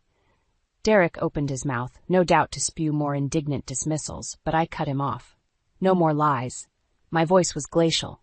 No more deceptions, delusions, or pitiful attempts to gaslight me. With surgical precision, I unfurled the gallery of photos, spreadsheets, and documentation across the sofa. Derek's complexion ashen as the incriminating evidence of his malfeasance proliferated. "Not only have you been serially unfaithful," I heard my tone acquire a razor's edge, "but you've been slowly looting our accounts, pillaging our assets to fund your sad little tryst with my sister." His Adam's apple bobbed rapidly as panic crept into his expression. "Marla, I can explain ever. Save your rationalizations. They're meaningless at this point." I shoved aside his grasping hands, the paper seeming to sear his fingertips. "Your signature is on every bank draft, every wire transfer, every unauthorized disbursement of funds, plain as day." Derek's facade finally cracked, ugliness twisting his features. "So that's it, then? A few indiscretions, and you're burning everything to the ground? Our marriage, my career, our family legacy?" "Your indiscretions have already detonated our family," I exploded, infusing every ounce of scorn and disgust into the words. "I don't recognize the pathetic bastard standing before me anymore." "You self-righteous bitch," he erupted with a sudden primal fury that made Theo tense instinctively. "You think you can publicly flog me like some criminal without consequences?" My answering smile was as frigid as Antarctic ice. "I relish those consequences, Derek, because in the end, you'll be broke, alone, and utterly disgraced. A shunned, soiled nothing, while I walk away from the ashes." Chin jutting in a final petulant display of contempt, he turned on his heel and stormed out. But even his exaggerated bluster couldn't disguise the dawning horror on his face. He knew he was cornered, outmaneuvered. Checkmate. That night, even my dreams offered no sanctuary. I found myself crying hot, angry tears, not from sorrow, but from a place of visceral rage that this utter waste of a man had dared to betray me so profoundly, to squander every ounce of goodwill, trust, and commitment I'd so foolishly vested in him. But the tears were also cathartic, lancing years of pent-up disillusionment and deception. As the howling echoes of Derek's classically juvenile tantrums faded, a steely resolve cemented within me. No more would I be the victim, the pretty little ornament masking the rot festering beneath. From this point forward, I would be the vengeful architect of his self-destruction, and every psychological dagger, every precisely calibrated legal maneuver would serve as the instruments of that exquisite retribution. I would burn it all down and salt the earth, just like he deserved. In the days following Derek's meltdown, I wasted no time capitalizing on the initiative. Utilizing my collated evidence, I filed for an at-fault divorce on grounds of adultery, abandonment, and the unauthorized dissipation of marital assets. While part of me recoiled at the prospect of airing our imploded marriage's dirty laundry in open court, another part recognized the strategic value. By striking first with an overwhelming offense, I seized control of the narrative while blindsiding Derek. "He'll be scrambling to build a defense on multiple fronts," Theo assured me, typically unflappable demeanor, betraying a hint of dark satisfaction. "Let's see him lawyer up to counter all these interlocking claims." True to form, Derek soon found himself engulfed under an avalanche of damaging disclosures. The paternity allegations alone were enough to decimate what remained of his professional reputation. Coupled with the fraud and asset disclosures, they cemented his status as a radioactive pariah. By leveraging my carefully assembled documentation and testimony, my legal team constructed an inescapable cage of consequences. Surveillance evidence placed him at hotels and rendezvous spots, often withdrawing substantial cash amounts just beforehand. Banking records revealed his establishment of slush fund accounts and wire transfers to international holding locations. Even more damaging were the third-party testimonies of Elise's indiscriminate confessions to family members, of Derek's increasingly callous behavior towards me and the girls, and the contradictory paper trails he left behind while cavorting with his mistress. Within weeks, the court of public opinion had sentenced Derek as guilty. Long before our divorce could be formalized or the civil trials concluded, the man was an utter professional and personal pariah. "You did this," he raged during one ill-advised confrontation. "My colleagues won't even speak to me anymore." I merely shrugged. "I'm simply disclosing facts and letting people draw their own conclusions, Derek. If they're judging you harshly, perhaps that's indicative of your actions." The expression contorting his face oscillated between apoplectic rage and sheer panic. It was abundantly clear he had never contemplated the full-scale, mutually assured destruction I was orchestrating. That his ego had blinded him to the very real prospect of a life in ashes. Watching his mounting desperation furnished a deeply vindicating gratification. My emotional resurrection seemed to flourish in inverse proportion to his self-inflicted ruination. I found myself giving media interviews with selective, surgically precise responses. Posed photos were art directed to present me as the quintessential wounded but resilient heroine, steadfastly soldiering forward for her innocent children. Conversely, every interaction and court appearance saw Derek further unraveling into an erratic, sullen caricature of the urbane success he once feigned. It became undeniable that his simmering, thwarted indignation constituted the final death rattle of ego before total annihilation. For any residual pity I might have felt for the man rapidly dissipated. In its place blossomed an almost rapturous sense of karmic inevitability. This was always his destiny, to be outwitted and outmaneuvered by the woman he so casually discarded in pursuit of instant gratification. Not that I would brandish the bloody coup as some Amazon's war prize, but by maintaining an outward veneer of gracious composure, I let the debris of Derek's immolation serve as its own cautionary testament. Fool me once, shame on you, but to self-destruct so thoroughly despite every opportunity for redemption? Well, that unmitigated failure of character was his alone, inscribed across the ashes of his legacy. Despite the protracted legal battles, the divorce itself was a mere formality at this point. Derek's derelictions were so overwhelming, so undeniably malicious, that the proceedings proved utterly one-sided. The court awards sole custody to Mrs. Hendricks in addition to a substantial majority of liquid assets and properties, the judge stated in clipped, dispassionate tones. Mr. Hendricks' conduct represents a complete abrogation of his familial duties and marital vows. Across the aisle, Derek slumped in his seat, a pathetic broken husk animating what remained of his publicly immolated reputation. Gone were the immaculate suits and assured airs. He sat there, hollowed and ashen in discarded clothes, reeking of whiskey and sleepless nights. His eyes remained downcast, unable to meet my unflinching gaze. As the gavel declared the marriage officially dissolved, I felt an unfamiliar pang reverberate through me. Not sorrow or regret, those indulgences were distant memories. No, this was the exhilarating release of a burden, shackles tough to the soul being struck off with a stark finality. Theo clasped my shoulder, his calloused grip anchoring me back to the moment. "It's done," he murmured with a barely perceptible nod. "He got everything he deserved." My smile was equally understated yet serene. No, he got far less than that. In the hellish months that followed, Derek's descent charted a tragicomic freefall. Once an upwardly mobile banking executive, his professional pedigree mutated into permanent radioactive toxicity. Every job opportunity disintegrated as cagey references shared the cautionary chronicle of his philandering, misogyny, and white-collar embezzlement. Even his closest business associates distanced themselves, justifiably wary of being tainted by association with such a comprehensive implosion. From that inferno emerged my total legal and moral vindication. But more importantly, it heralded an emancipation from the shattered dreams and profound delusions that had anchored me to that wretched man for so long. The assets I had wrenched from Derek's grasp furnished me a revitalizing new lease on life. Within 6 months, I had liquidated our marital residence and invested in a sleek, elevated townhome in a more vibrant, re-energized area of the city, closer to the girls' schools and extracurriculars. No longer shrouded in spatial mementos of trauma and despair, I found myself blossoming back into my truest self. Career opportunities that had stagnated during my marriage rekindled with fresh fire. Artist collectives and nonprofits welcomed my talents with open arms. Even the girls seemed to thrive in this regenerative environment.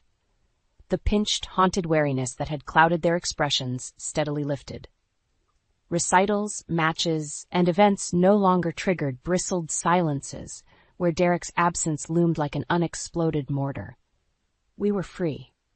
Wandering the farmers' markets and cultural festivals that epitomized our new neighborhood's beating heart, I could almost physically feel their tension eroding beneath the purifying sunshine of autonomy. Almost cruelly, I ensured Elise received no such comforts. My lawsuits alleging her complicity in the depletion of marital assets continued unabated. Just as the courts had scoured Derek of every ill-gotten gain, so too would she face devastating financial repercussions. Petty recompense, some might argue. But such was the emotional ruinscape she had indulged in seeding that I felt no mercy. In fact, I made it a point to routinely update her on her dwindling legal circumstances, now that pride and perjury charges were being considered. Let her endure even a fraction of the torment she helped inflict, watching her greed and wanton selfishness facilitate her own undoing. Some called it overkill. I called it karma, finally delivered. The only pity I retained was for my former self, the myopic, naively devoted woman who had anchored her identity to a depraved lie and a despicable con man. The hard-learned lessons had flayed that identity until only truth remained. Perhaps that was the true path to healing, embracing these harsh revelations as brusque awakenings rather than debilitating traumas, to finally see the withered, desiccated remnants exposed, while turning my gaze to the vibrant sunlight and new horizons untainted by past poisons. Staring clear-eyed into the expanse of second chances, I found myself eager to begin anew. The receipt fell from Dean's coat pocket, fluttering to the floor as I emptied his pockets before doing the laundry. I froze, my heart pounding as I read the embossed logo, the Ritz-Carlton, downtown Chicago. A one-night stay for two, charges totaling $647. Dean and I hadn't taken a trip to Chicago in over a year. Not since Tessa's dance recital forced us to cancel our anniversary weekend plans. My hands trembled as I examined the receipt more closely. The date scrawled at the top was just 2 weeks ago. Dean had been in Indianapolis that weekend for a real estate conference, or so he claimed. I searched his coat for more clues, my vision blurring as tears welled up. Tucked in the inner pocket was a crumpled valet ticket from the hotel's parking garage. So he had taken his car there, too, removing any doubt about what kind of conference he attended. The click of the front door startled me. I shoved the evidence back into his coat, just as Tessa bounded into the laundry room. "Hey, Mom, what's up?" She glanced at me with those discerning hazel eyes, instantly sensing something was off. Forcing a smile, I pulled her into a hug. "Nothing, honey, just doing some laundry."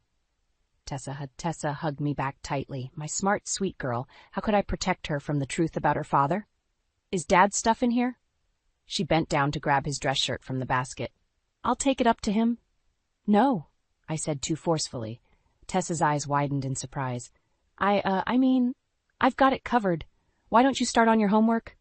She squinted at me suspiciously, but seemed to decide against pressing further. "Okay, if you're sure." After Tessa left, I collapsed onto the cold tiled floor. Dean's coat clutched against my chest as sobs racked my body.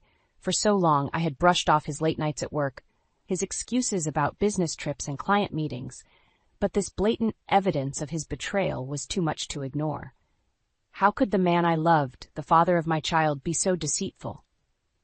We had been together since college, high school sweethearts who emerged from humble beginnings to build what I thought was a wonderful life, 2 thriving careers, a beautiful home in the suburbs, a daughter we adored. Yet for who knew how long, Dean had been lying to us, lying to me. I'm not naive. I knew the strain of raising a family while balancing 2 demanding jobs had created distance between us lately. The spontaneous romance, the date nights, the getaways, those had fallen by the wayside as responsibilities mounted. But I never imagined Dean would give in to temptation and shatter the vows we had made before God. My cheeks burned with humiliation over how blind I had been. The signs were all there if I had just opened my eyes. His evasive demeanor, the nights he claimed to be working late, but I could never reach him on his cell, his sudden interest in dressing sharper and staying more fit. I should have listened to the nagging voice in my gut telling me something was wrong with my life, with my marriage. But it was easier to bury my suspicions, to settle for the thin excuses he offered.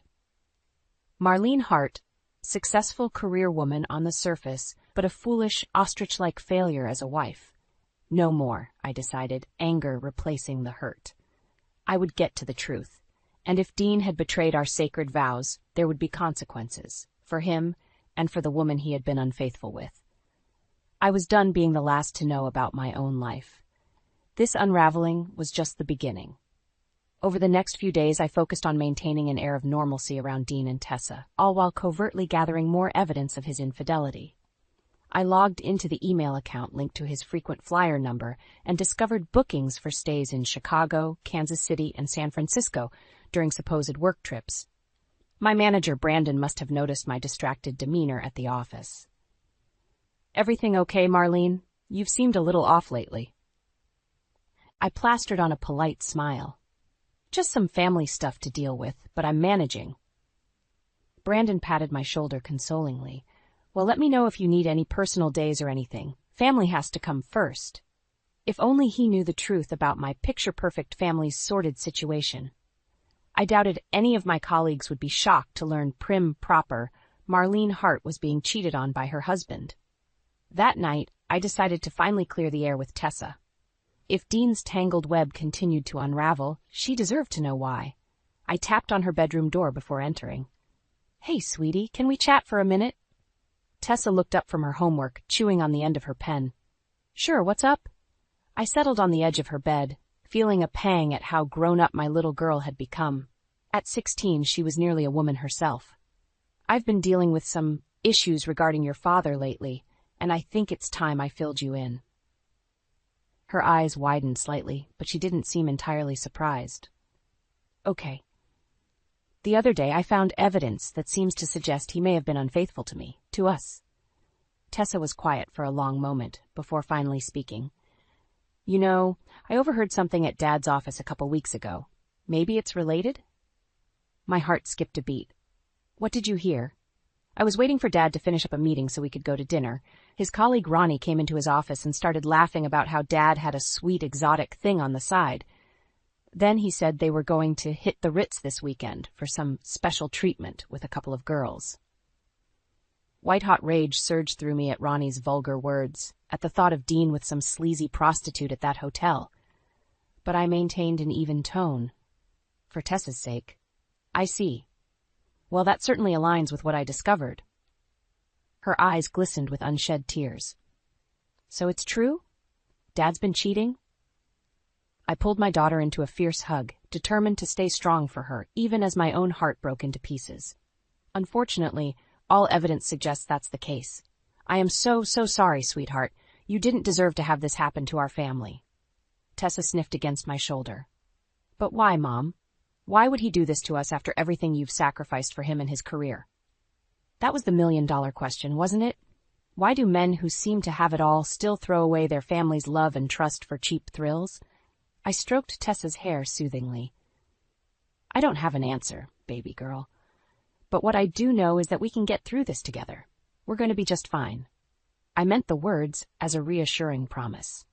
At the same time, they came out sounding like a vow to uncover every sordid detail of Dean's betrayal, and to make him pay dearly for the anguish he had inflicted on the two people who loved him most.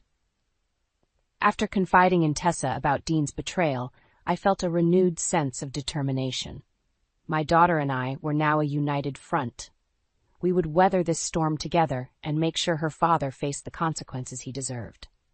The next morning, I feigned a stomach bug and called into work, using the free time to take my investigation into high gear. While Tessa was at school, I dug through Dean's home office, my fury mounting with each new discovery.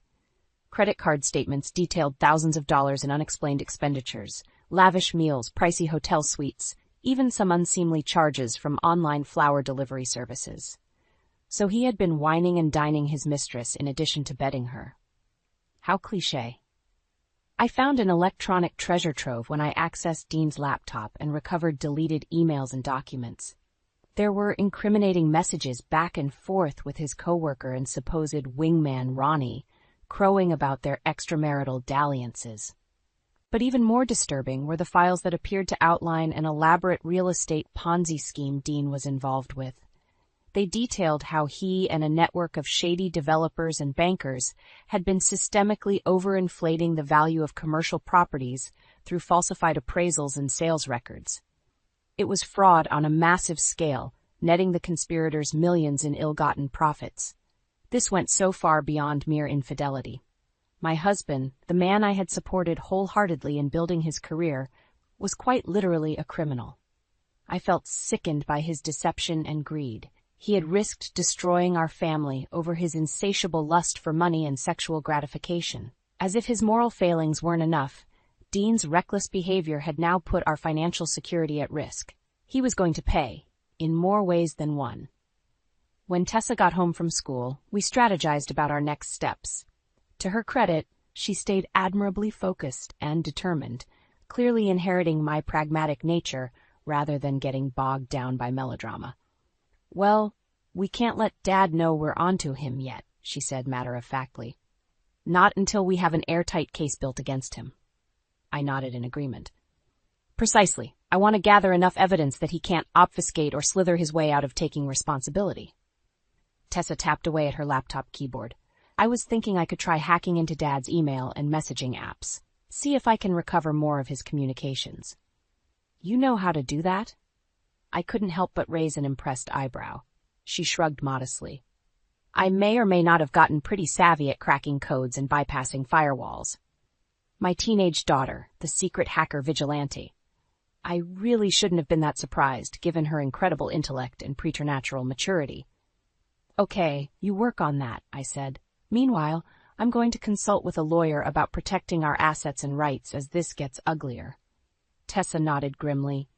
We both knew there was no going back now. Dean's actions had shattered the family he professed to cherish so much. Now we were in scorched earth mode, poised to bring him down in appropriately epic fashion. I thought back to the day Dean and I had met at that frat party in college. The cheesy pickup line he had used, his warm smile, the certainty I had felt even then that he was the one. Our relationship had seemed blessed from the start, like we were destined to build a perfect life and future together. In that moment, I realized the man I thought I knew so well was a mythological creature, a mirage that had obscured the true Dean, a selfish, deceitful husband and criminal who was about to learn the harsh price of betraying his family. The next morning, I put on my most confident suit and headed downtown to meet with Ella James, one of the top family law attorneys in Chicago. As I waited in her pristine office adorned with accolades and Ivy League diplomas, I tried to shake the nagging feeling of dread over what I was about to set in motion. Ella swept in, all poise and polish, offering a warm smile. "Marlene, thanks for coming in. I must say, your situation is quite complicated." I nodded soberly. "You could say that, but I need to protect myself and my daughter, no matter how messy things get." Laying out the sordid facts about Dean's affairs and criminal activities, I watched as Ella's expression morphed from empathetic to disturbed. "I'm so sorry you've had to endure this nightmare, Marlene. But you did the right thing by gathering evidence." She shook her head. "Both the infidelity and this real estate scheme, either one would be grounds for divorce and potentially criminal charges."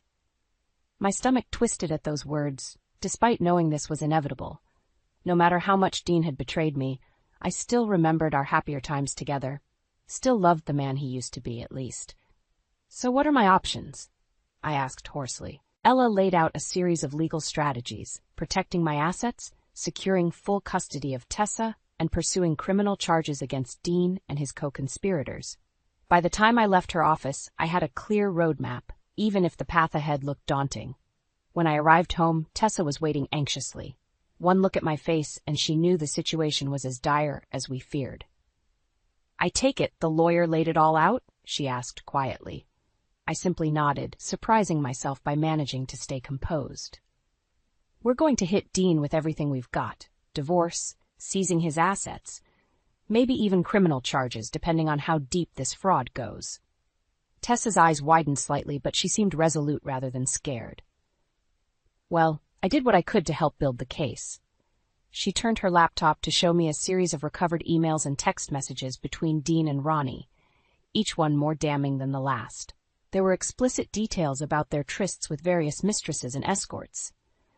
But even more concerning were their boasts about tricking banks and regulators, laundering money through shell companies, and scamming property owners out of millions in illegally inflated sale prices. I also found some cryptic audio recordings that sound like blackmail discussions, Tessa added grimly. This goes far beyond what we even knew. I shook my head in numb disbelief, having to remind myself that this wasn't tawdry cable movie plot. It was the harsh reality of how my life had unraveled, of the truth about the man I had built a family and future with. Dean has some serious skeletons in his closet, I murmured, and we're going to unleash every last one of them. A few days later, Dean headed out of town again on another alleged work trip. As soon as he was gone, I changed all the locks and passcodes, boxing up what few possessions of his remained untainted by his misdeeds. It was a definitive, if small, first step towards reclaiming my home and life. When he inevitably returned to hostile territory, Dean would learn just how steep a price he was going to pay. There would be no more looking the other way, no more benefit of the doubt. He had gambled everything by indulging his greed and lust. Now it was time to double down and take him for everything he was worth.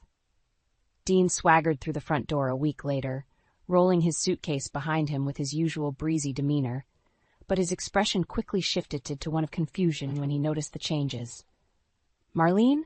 Why does the security code not work, and where is all my stuff?" I entered from the kitchen, Tessa at my side, arms folded across our chests in a united front. Dean's eyes widened as he took in our grim demeanors. "What's going on here?" he asked warily. Rather than answering, I pulled out a thick manila envelope and tossed it on the foyer table in front of him. "Open it," I said flatly. He shot me a questioning look, but seemed to sense this wasn't a situation to argue. Sliding the envelope's contents out, his face drained of color as he thumbed through the stack of documents, copies of all the credit card statements, emails, recordings, and financial records exposing his tangled web of affairs and fraud. "How? Where did you get all this?" he sputtered, looking between Tessa and I desperately. Tessa stepped forward, surprising me with the steel in her tone. "Does it really matter, Dad? We know everything about your mistresses, your illegal deals, all the money you stole through those real estate scams. It's all right here in black and white." Dean seemed to deflate, dropping the document pile as if it had burned him. He opened his mouth, presumably to offer one of his familiar lies and justifications, but I cut him off sharply. "Don't even try denying it, Dean. We have proof of all your sordid activities, the affairs, the Ponzi scheming, the bank fraud, and money laundering. It's the full truth without any more excuses to hide behind." He worked his jaw, seemingly at a loss before his features contorted into an ugly sneer. "Oh, like you're so innocent in all this, Marlene. Always burying yourself in work, never making time for me anymore." I couldn't believe the audacity of him trying to blame shift to me. That's no excuse for screwing around with other women and breaking my trust, not to mention potentially ruining us financially with your greed. I shook my head in disgust. Anything to save face and avoid taking responsibility, right, Dean? You smug, self-righteous... Don't talk to my mom like that. Tessa's voice rang out, startling us both. Hot tears streamed down her cheeks, but her body was taut with fury. "After everything she sacrificed for this family while you threw it all away?" Dean opened his mouth again, but seemed to think better of it. The damning evidence must have finally silenced his delusional bravado. He simply stood there, jaw clenched, unable to meet our furious gazes.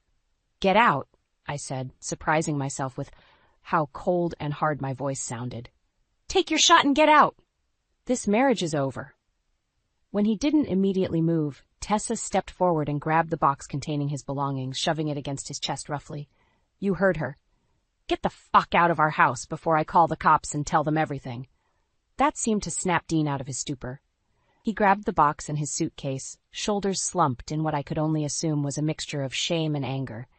As he trudged out the door, he paused, turning back with an unreadable expression.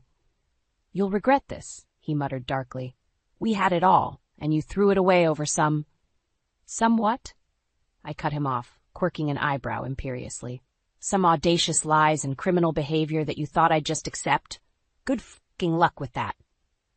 I slammed the door in his face, a cavalcade of emotions crashing over me, rage, sorrow, but most of all, a sense of release. The shackles of Dean's treachery had been unlocked, the first weight lifted from my shoulders. When I turned back to Tessa, she was smiling through her tears. "We really showed that douchebag, huh?" Despite everything, I laughed and pulled her into a tight hug. "That we did, kiddo. That was just the first salvo." We had laid the first bricks on the path to making Dean pay for his unforgivable sins, and there was no turning back now.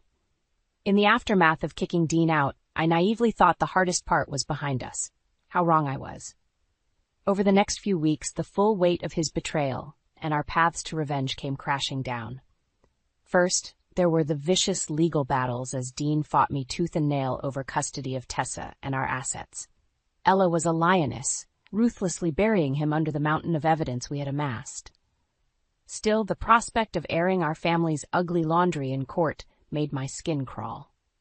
Then Dean's Ponzi scheme unraveled spectacularly, drawing in law enforcement. One morning, there was a firm rap on the door. Federal agents with a warrant to search our home as part of their fraud investigation into Dean and his cohorts. Seeing my life picked apart before their unfeeling eyes will be seared into my memory forever. As if that indignity wasn't enough, reporters soon descended en masse. Lurid stories detailing Dean's affairs and crooked business dealings splashed across the front pages and gossip websites.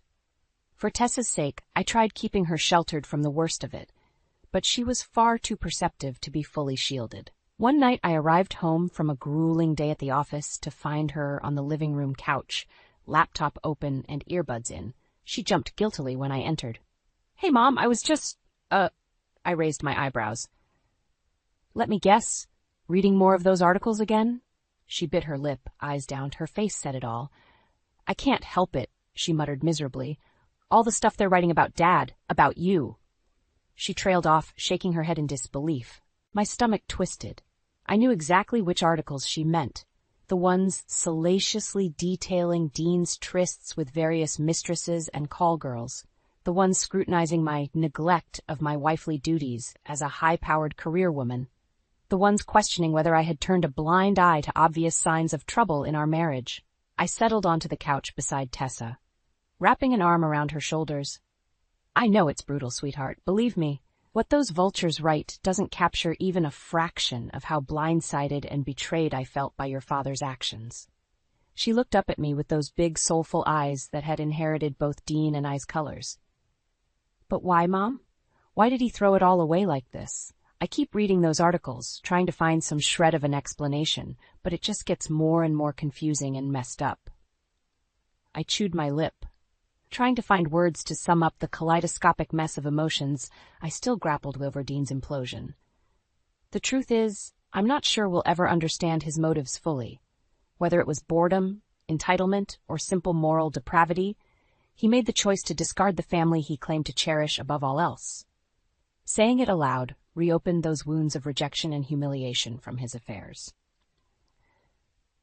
But I pushed through, needing Tessa to understand the cold, hard truths about her father. What I do know is this: his actions were utterly selfish and unforgivable. Any attempts at justification are just sad excuses to avoid accountability. I cupped her cheek tenderly, feeling my heart splinter further at her wounded expression. "What your dad did was on him, baby girl, not us. We did nothing to invite this pain and public mockery into our lives beyond loving him unconditionally." Tessa nodded, wiping away the tears that had escaped down her cheeks. "I know, and to be honest, as much as it sucks to read all that horrible stuff, it just makes me angrier at him, for hurting you and tainting what our family was." Her jaw set in a determined line that reminded me so much of myself. "He's going to pay for that, Mom. We're going to make sure of it." I matched her fiery gaze and felt that all-too-familiar burning for vengeance reignite in the pit of my stomach. Damn straight we are. Dean Hart could temporarily avoid consequences by hiding behind his hotshot lawyers and privilege. But we would make sure that sheltered deniability was only temporary. The fallout was just beginning, for him and everyone unlucky enough to be caught in the blast radius of his selfish rampage. I was done being the victim. It was time to become the avenger. With Ella's tenacious representation, my mounting legal proceedings against Dean proceeded full steam ahead despite his attempts at stalling and obfuscating. Each court victory, no matter how small, filled me with a sense of resolute satisfaction. First, the judge awarded me full custody of Tessa, citing the mountain of evidence detailing Dean's moral failings as a father. He tried playing up his usual charming bravado on the stand, but the damning communication records and money trails couldn't be disputed. When the order was read, I had to keep myself from smirking at the flicker of desperation on Dean's face. He had severely underestimated just how far I was willing to go once his web of lies and betrayal became known. Next came the assets and property division, another lopsided outcome in my favor. Between the legal bills for his fraud case and the court judgments freezing his assets, Dean found his high-flying lifestyle as a commercial real estate broker ground to a humiliating halt. "Go ahead and appeal, you arrogant prick," Ella said with a vindicated grin after another hearing. "More delays just mean more legal fees bleeding you dry." Throughout it all, Tessa was my unwavering rock, even when I felt petty doubts creeping in over the scorched earth path we had set ourselves on. Seeing my brave girl grappling with the collateral damage of having her family blown apart was a constant punch to the gut. "It'll all be worth it when he gets what he deserves, Mom," she assured me one night over dinner, squeezing my hand tightly. "We can't let his disgusting lies and crimes just be forgiven." I marveled at her wisdom and perspective, far beyond her 16 years. She had seen firsthand the devastation caused by turning a blind eye to Dean's misdeeds. Tessa knew the only path forward was the painful but necessary one of holding him accountable. And make no mistake, he was being held accountable like never before. The legal assault I had unleashed on Dean spread like a virus, infecting every aspect of his once thriving existence. Just a few months after I had kicked him out, his luxury home was foreclosed and auctioned off. His prized Mercedes and country club memberships were seized and liquidated to pay the sprawling legal fees and court judgments against him. Before long, he was squatting in some seedy motel, adrift without his family's love and the material trappings he had so valued. We relished every salacious news report detailing his downward spiral, from the dismissal of his bogus lawsuits trying to claw back assets to the stripping of his real estate broker's license. Having spent so many years blinded by his lies, there was a grim satisfaction in watching Dean's shiny facade get stripped away piece by piece until the ugly truth was all that remained. The coup de grace was when the Department of Justice finally handed down indictments against him and his band of co-conspirator brokers, bankers, and property developers. Over 24 charges: wire fraud, mail fraud, money laundering, tax evasion, and more. Potential penalties ranging into the millions of dollars in fines and decades of prison time if convicted. "About damn time," Tessa said through gritted teeth when we received the news, her knuckles whitening as she gripped the arms of her chair. I simply nodded, unable to speak around the tight lump of emotions clogging my throat. There was undoubtedly a twisted sense of victory in seeing Dean's unscrupulous business dealings and moral depravity laid bare for all to see. But there were no cheers or celebrations, just a hollow relief at reaching this point. Because no amount of ruined reputations or draconian sentences could undo the permanent damage wrought by my husband's lies and betrayal. The innocence of the Hart family I had believed in for so long was gone forever, a distant memory eroded by harsh realities. We had risen from the ashes of Dean's selfishness, emboldened in a way that only true trauma could forge. But that tenacious resolve came with the heavy burden of accepting how ugly and unfair life could truly be. As the storm clouds of his legal jeopardy closed in, I couldn't help but feel pangs of the love I had once nurtured for the flawed man at the center of this destruction. Not the criminal he had become, but the imperfect person I had trusted, the father of my child, the dreamer who had once aspired to so much more than greed and lust. but those frail embers of affection and nostalgia were stamped out by the gale winds of his ultimate betrayal. Dean Hart had gambled away his family's devotion in pursuit of insatiable vices, and now he would be forced to pay that shattering debt in full, no matter how spiritually it bankrupted him. The day of Dean's sentencing hearing was crisp and quiet, the kind of early fall morning that would have once inspired our family to take a drive and admire the changing leaves. But those idyllic memories now felt like entries from someone else's life. Tessa and I arrived at the courthouse hand in hand, our mutual solidarity fortifying us for this final chapter in our quest to hold Dean accountable. A gaggle of reporters shoved microphones and cameras in our faces as we entered, hungry for any reaction shots or quotable sound bites. But we pushed through in stony silence, Ella's capable assistant clearing our path. Inside the hushed courtroom, the atmosphere was heavy, part solemn ceremony, part circus sideshow for the rubberneckers baying for blood. I scanned the crowd for Dean, but he was already seated at the defense table, shoulders slumped in wrinkled shirt sleeves as he conferred with his lawyers. For a fleeting moment, I felt a pang of something akin to pity as I studied him. The dark circles under his eyes, the thinness of his cheeks, the unkempt hair. This man was a mere shadow of the confident, affluent husband I had once loved and admired. The consequences I had vowed to make him face had undoubtedly extracted their punishing toll. But that wisp of empathy was quickly extinguished as images of his misdeeds flashed in my mind.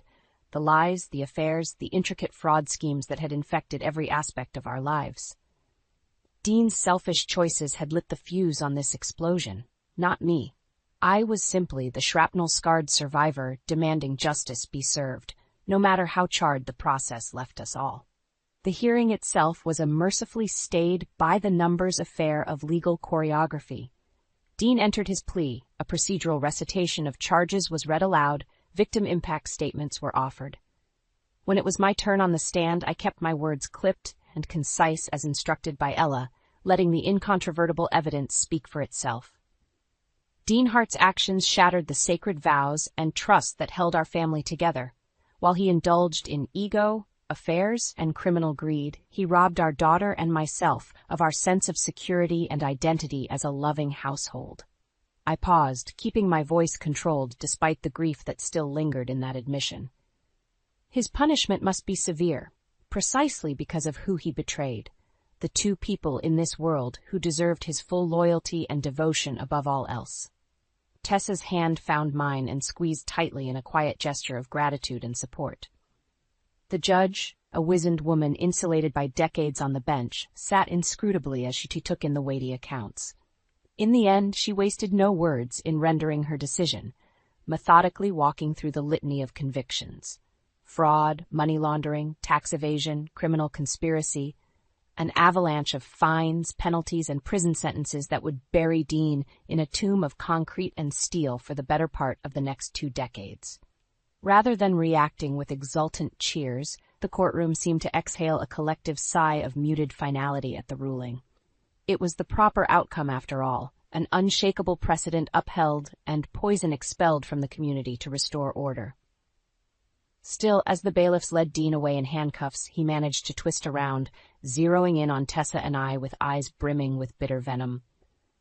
"I hope your revenge leaves you both stronger than this betrayal left me," he spat out, voice dripping with resentment and barely suppressed rage. His desperate attempt at regaining some sense of moral high ground was so ludicrously pathetic, I felt a distant pity welling up again. Because unlike Dean, Tessa and I would not be reduced to a broken, hollow shell of our former selves. We were battered, yes, but not destroyed by the sprawling wreckage trailing his passing like a toxic spill. As he disappeared through the courtroom door, I rose and slowly made my way over to Tessa, wrapping her in a tight embrace. With the proceedings concluded and judgment rendered, our family's quest for catharsis from Dean's transgressions was now complete. No more courtrooms or lawyer meetings or depositions scrutinizing every sordid detail of where things went so irrevocably wrong.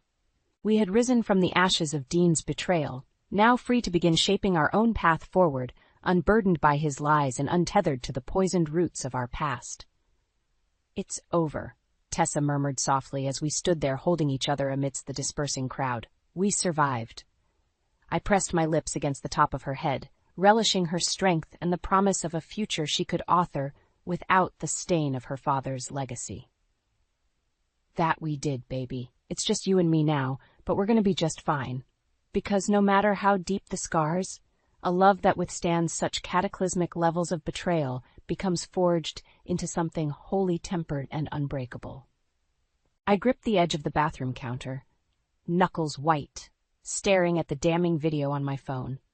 My heart pounded as I watched Caleb viciously strike our son Ethan again and again, the sickening sounds of his fists hitting flesh echoing off the tiled walls. Ethan's muffled cries tore through me like shards of glass. How could the man I'd once loved, the father of my children, be capable of such brutality? I barely recognized Caleb in that moment. Gone was the polished, successful businessman who charmed everyone he met with his easy smile and impeccable manners.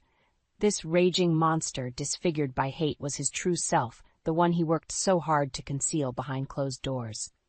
My hands shook as tears blurred my vision. Mommy? I spun around to see Ella standing in the doorway, her stuffed bunny dangling from one hand. Her big brown eyes were wide with fear at the commotion. It's okay, baby. I forced a reassuring smile and scooped her up, hugging her tightly. Mommy just stubbed her toe really hard. Ella nodded solemnly, still looking worried. I brushed her soft curls back, my heart clenching at how innocent and trusting she was. She and Ethan had no idea the hell their father put us through when the doors closed and his mask slipped away. Over Ella's head, I caught a glimpse of myself in the mirror. My face was pale and drawn from years of Caleb's emotional torture, my eyes haunted. I was trapped in a waking nightmare, suffocating under the weight of his control and abuse. But seeing that horrific video was the breaking point. I couldn't let him keep hurting my babies. Not anymore. I held Ella close, determination replacing my fear. We're gonna be okay, I whispered fiercely. I promise. I first met Caleb at a charity gala downtown. He looked like he'd stepped right out of a GQ magazine. Impeccably tailored tuxedo, thick chestnut hair perfectly coiffed, that disarming smile. When our eyes met across the crowded ballroom, I felt an electric pull toward him. Vivian, right? His deep voice caressed my name as he approached. I'm Caleb. I've been looking forward to meeting you. We talked for hours, his intense gaze never leaving my face. He hung on my every word, making me feel fascinating, desirable. I was intoxicated by his attentiveness. Caleb came from old money and worked as a high-powered finance executive. He regaled me with stories of his world travels, his charitable endeavors, his love of art and culture. Here was a man of substance, I decided, not just another wealthy, pretty boy. 2 months of whirlwind romance later, Caleb proposed in a plaza in Venice as gondolas drifted by. I said yes without hesitation, giddy to become Mrs. Caleb Westbrook. The wedding was like a fairy tale, designer dress, hundreds of guests, flower arrangements that cost more than my college tuition. Caleb's eyes shone with pride as I floated down the aisle, his arm looped through my father's. I basked in his adoration. Soon I was pregnant with Ethan, thrilled at the prospect of being a doting stay-at-home mom. Caleb insisted on hiring staff to help, nannies, chefs, personal trainers. He wanted me to embrace a life of pampered luxury, to want for nothing. At first, his controlling tendencies were easy to overlook or excuse.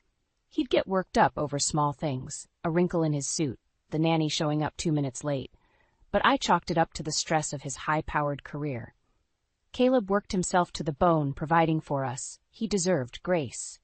Then Ella arrived, and Caleb's behavior took an even darker turn. You call this a properly set table? He sneered at our housekeeper, sweeping the plates and silverware onto the floor with one violent motion. Do I have to do everything myself?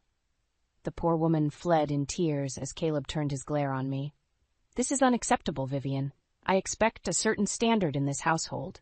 I flinched, arms tightening around Ella. I'm sorry, it won't happen again. You're damn right it won't. His voice was low, dangerous, because if I see one more mistake, you'll regret it. From that day on, I walked on eggshells around Caleb, never knowing what would set off his hair-trigger temper. The slightest perceived infraction could prompt a tirade of verbal abuse. This pot roast is dry and flavorless. Are you trying to poison us? He shoved his plate away violently, completely inedible. I stared at my feet, cheeks burning with shame. I'm sorry, I'll make something else right away. Don't bother. Caleb's lip curled in disgust. I'll have Maria prepare my meal from now on. At least she can follow basic cooking instructions. Tears pricked my eyes as our housekeeper Maria rushed to make Caleb a new dinner. I felt like a failure as a wife and mother. Caleb scrutinized my every move, from how I dressed and did my hair, to my interactions with the children. Ethan and Ella walked on eggshells too, terrified of provoking his wrath. Sit up straight and stop fidgeting, Caleb barked at Ethan over Sunday brunch. A Westbrook man has poise and confidence. Ethan froze mid-squirm, back ramrod straight. At 8 years old, he understood the consequences of defying his father. If I dared voice any objections to Caleb's unreasonable demands, I was swiftly shut down. Who puts food on this table and keeps a roof over your head? He snarled, towering over me. You're damn lucky to have me. His words reinforced my utter financial dependence on him. I had no income, no assets in my name. Caleb controlled every penny. I was trapped. Caleb also cut me off from my family and friends, insisting they were a bad influence. I went months, even years, without seeing my sister Dana or parents. My world shrank to the confines of our mansion, a gilded prison. The breaking point came when Caleb flew into a rage over Ella's kindergarten artwork, a simple finger painting of flowers. She has no talent, no potential, he scoffed, crumpling it into a ball and tossing it at her feet. I won't allow her to waste time on frivolous pursuits. Ella dissolved into heartbroken sobs, and something inside me finally snapped. I gathered her and Ethan into my arms, shielding them from Caleb's cruelty. That's enough, I cried, voice shaking with a mixture of fear and defiance. They're just children, Caleb. Back off and leave them alone. His eyes widened in disbelief, then narrowed to slits of cold fury. Before I could blink, his hand streaked across my face with stinging force. How dare you talk back to me, he hissed, grabbing a fistful of my hair. I'll teach you some respect, you ungrateful. That night, as Caleb slept off his drunken rage, I crept into Ethan and Ella's rooms and gently roused them. Pack a small bag, very quietly, I whispered urgently. Just a few clothes and special toys. We're going on a little trip. They blinked at me with wide, trusting eyes, but didn't question my instructions. Ethan helped Ella gather her favorite stuffed animals while I threw some essentials into a duffel bag. My heart hammered in my chest as I grabbed my phone and called Dana for the first time in over a year. She answered on the third ring, voice thick with sleep. Viv? What's wrong? Are you okay? No, I choked out, finally allowing the tears to flow. It's Caleb. He hits me, Dana. He hits the kids too. There was a sharp intake of breath. Oh my God, I knew that bastard was trouble. I just knew it. Where are you? Still at home, but I can't stay. Not after tonight. I glanced over at Ethan and Ella, curled together on the couch, clutching their meager belongings. We need to get out before he wakes up. Absolutely. You come here right now. I'll leave the front door unlocked. Get in your car and drive straight here, you hear me? Relief washed over me, knowing my big sister had my back like always. Thank you. I'll be there as soon as I can. After ending the call, I gathered the kids and crept down the stairs, keeping an eye out for any signs of Caleb stirring. I hurried them out the front door and into the waiting car, throwing their bags into the trunk. Ethan looked up at me with red-rimmed eyes as I started the engine. Is Daddy going to be mad we're leaving? My chest tightened, hating that my babies had to know such fear. No, honey. We're just going to stay with Auntie Dana for a little while, that's all. It was a little white lie to protect them. The truth was, I didn't know if we'd ever be coming back here again. I just knew we couldn't stay a moment longer. As we pulled away, I resisted the urge to look back at the cold, imposing facade of the mansion. It had been a waking nightmare, not a home. I took a deep, steadying breath, focusing on the road ahead. For the first time in years, a glimmer of hope bloomed in my chest. We were getting out. We were going to be okay. The next morning, Caleb awoke to find us gone without a trace. Judging by the string of increasingly unhinged voicemails and texts I received, he was in an apocalyptic rage. His messages swung wildly between vicious threats and pleading for me to come back home so he could make things right. I deleted every one without responding. There was no going back, not this time. I was done with Caleb's mind games and empty promises to change. With Dana's help, I filed an emergency petition for divorce, citing irreconcilable differences and years of physical and emotional abuse. The judge granted a temporary restraining order against Caleb, prohibiting him from going anywhere near me, the kids, or Dana's house. For the first time in nearly a decade, I could finally breathe again without fearing his next outburst. Caleb no longer controlled me or my children. We were free. Dana's cozy two-bedroom felt like a sanctuary after the cavernous emptiness of the mansion. For the first time in years, I could breathe freely without Caleb's looming presence. "You're safe here, Viv," Dana assured me, wrapping me in a fierce hug. "That monster can't get to you anymore." I clung to her, letting the tears flow. "Thank you for taking us in. I don't know what I'd do without you." She held me at arm's length, green eyes blazing with protective fury. "You've been through hell, but it's over now. We'll get through this together, okay?"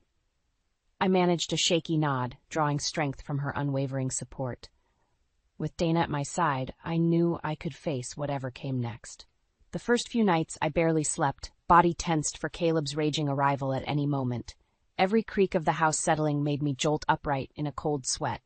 But gradually, the comfort and security of being with Dana seeped in. Ethan and Ella adapted quickly too, their fear and stress visibly melting away.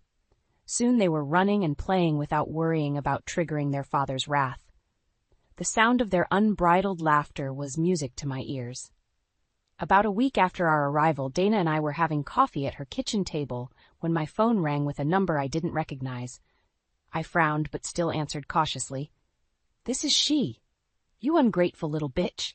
Caleb's voice exploded in my ear, making me flinch. "You think you can just walk out on me? Take my kids?" Dana's head snapped up, eyes narrowing at the venom in his tone. I gripped the phone tighter, mustering my courage. "It's over, Caleb. I've filed for divorce, and there's a restraining order against you. Don't come near us again." He let out a bark of malicious laughter. "A piece of paper won't stop me, Vivian. You're my wife. Those are my children. You'll be crawling back soon enough, begging for forgiveness." "I'll never go back to you." I shot back, anger emboldening me. "Not after what you did to Ethan. I saw the video. You sick fuck." There was a charged pause before he responded, voice low and menacing. "So that's how you want to play it? Fine, but you'll regret turning against me. This isn't over, not by a long shot." The line went dead as he hung up. I stared at the phone, hands trembling. Dana reached across the table, gripping my arm firmly. "Don't let him rattle you, Viv. That's what he wants. We'll fight this asshole and we'll win." I squared my shoulders, feeding off her strength and certainty. For the first time in a long time, I let myself feel hopeful about our future, a future without Caleb's cruelty poisoning every aspect of our lives. No more walking on eggshells. No more fear and intimidation tactics. Just me, my kids, and the freedom to live our lives on our own terms without his abuse holding us back. Caleb could make all the empty threats he wanted. I was done being a victim. From now on, I'd be the one dictating how this story ended. Despite the restraining order, Caleb wasn't deterred from trying to regain control. A few days after his threatening phone call, I was putting the kids down for their afternoon nap when the doorbell rang incessantly. "I'll get it," Dana called out, heading for the front door. I tucked Ella's blanket around her when a booming voice made me freeze. "Where is she? Where's my family?" My blood turned to ice at the unmistakable sound of Caleb's roar.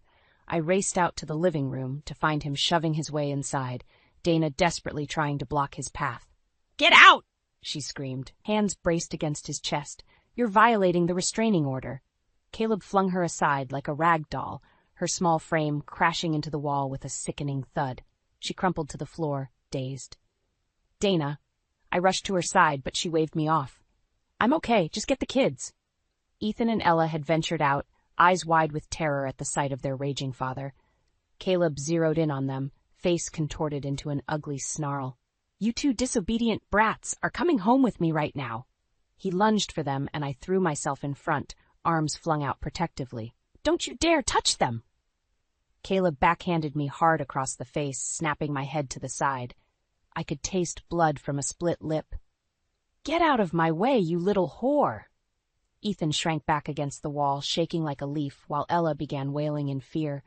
Caleb made another grab for them, and I kicked him hard in the shin. He grunted in pain, giving me a brief window. "Run!" I screamed at the kids. "Go hide in Dana's bedroom and lock the door."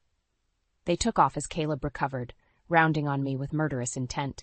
He shoved me down, straddling my body and pinning my arms over my head. His face hovered inches above mine, eyes burning with sick hatred. "You're not taking them from me," he spat, spittle hitting my face. "I'll kill you before I let that happen, you ungrateful bitch." His hands closed around my throat, squeezing viciously. Black spots danced in my vision as I choked and sputtered, legs kicking helplessly. Just as the world started going dim, a heavy ceramic vase shattered against the back of Caleb's skull with a sickening crunch. He slumped forward, finally releasing me as I gasped for air. Dana stood over us, chest heaving, the broken remains of the vase at her feet. "That's for my niece and nephew, you piece of garbage!" Caleb groaned, rolling off me and clutching his bloody head. I scrambled away, coughing violently as Dana dialed 911 with shaking hands. Within minutes, the police swarmed in, taking statements and photographs of our injuries. Caleb was cuffed and hauled out to the squad car, still ranting and raving about his rights as a father. In the chaos, I barely registered Ella's piercing screams coming from the bedroom. I rushed in to find her cradling her rag doll, eyes squeezed shut as blood poured from a gash above her eye. She must have been struck by shrapnel from the vase. White-hot rage blazed through me, burning away any lingering fear of Caleb's retaliation. He had just crossed a line from which there could be no return. From that moment on, I knew there would be no more running, no more hiding, only the total and complete obliteration of Caleb's depraved existence as we knew it. He would pay dearly for ever laying a hand on my babies. Whatever it took, I vowed to utterly destroy him. After Caleb's violent attack, Dana and I knew we couldn't just sit back and wait for his next move. We had to take him down first, permanently and ruthlessly. No more playing defense. "That deranged psychopath isn't going to stop until he's destroyed us all," Dana said grimly as we pored over the evidence, photos of our injuries, the restraining order violation, everything. "We have to hit him from every angle until he has nothing left." I nodded, jaw clenched with grim determination. Any remnants of the meek, cowering woman I'd been under's reign of terror were gone. In her place was a merciless force, driven by icy focus and the overwhelming need to protect my children at all costs. "You're right. It's time to go scorched earth on that bastard's entire life." We spent weeks meticulously strategizing, burning the midnight oil to amass an airtight case against Caleb. Dana's law enforcement contacts helped dig up records of his abusive behavior going back years, police reports from exes, former employees' harassment claims, the whole sordid history. I also unearthed evidence of shady business dealings and tax evasion at Caleb's firm. The narcissist had been living way beyond his means, funneling money into slush funds and offshore accounts. He thought he was untouchable. "This is everything we need to take down the great Caleb Westbrook," Dana said, fanning out the thick dossier with a satisfied smile. "The lying, the cheating, the abuse, it's all here in excruciating detail." My lip curled with disgust looking at the paper trail of his depravity. Good, let's burn it all to the ground. We spent weeks making anonymous tips to the IRS, FBI, state financial crimes units, anyone who could bring charges to bear on Caleb's crooked empire. Each agency opened investigations based on our evidence, slowly tightening the vice around his neck. While the wheels of justice began turning, I also filed an explosive civil suit against Caleb, alleging over a decade of physical, emotional, and financial abuse. The lurid claims, backed up by documentation and witness statements, caused a media firestorm. Caleb's lawyers scrambled to contain the fallout as his public image was dragged through the mud. His formerly squeaky clean reputation as a pillar of the community and devoted family man lay in tatters. As the weeks passed, the dominoes continued falling at a dizzying pace. The IRS completed its audit first, hitting Caleb with crushing fines, tax penalties, and frozen assets for his financial crimes. Next came the FBI indictments on fraud, embezzlement, and money laundering charges. With his cash flow dammed up, Caleb was forced to resign in disgrace from his executive position. The company he'd spent decades building quickly moved to cut all ties, fearful of the toxic public relations disaster he'd become. Finally, The restraining order violations and mountain of abuse evidence caught up to him. Caleb was arrested again, this time charged with multiple felonies that could put him behind bars for decades. As I watched the cavalcade of mugshots and shaming headlines, I felt an almost perverse sense of glee. The narcissistic monster who had terrorized me and my children for so long was getting his ultimate comeuppance, a richly deserved downfall of his own making. Caleb had always prided himself on being untouchable, above the rules that governed everyone else. He was about to learn the hard way that no amount of wealth or status could protect him from true justice. The mighty Caleb Westbrook had officially fallen, crashing down in flames, and I had a front-row seat to revel in every agonizing second of it. The day of Caleb's sentencing hearing, Dana and I made sure to get prime seats in the courtroom gallery. I wanted a front-row view of the monster's downfall. Caleb was led in by armed bailiffs, his once impeccable appearance now disheveled, overgrown hair, rumpled suit, haunted eyes. The mighty had fallen so far. I felt a twinge of satisfaction seeing him in handcuffs. The charges against him were lengthy: tax evasion, fraud, embezzlement, money laundering, multiple counts of violating restraining orders, and felony assault and battery against me and the kids. It was a laundry list of the most despicable white-collar and domestic crimes. Caleb's expensive legal team tried to bargain for a lighter sentence, citing his previous charitable work and lack of criminal history. But the judge seemed utterly unmoved by their pleas for leniency. The evidence here paints a clear picture of a violent, unrepentant criminal who believed himself to be above the law, the judge stated sternly. Someone who would brutalize his own wife and children has forfeited any right to walk freely among civilized society. With that, he handed down a sentence of 25 years in federal prison with no possibility of parole. Caleb's eyes widened in disbelief as the reality hit him. I could see the fight finally leaving his body as the bailiffs moved to take him into custody.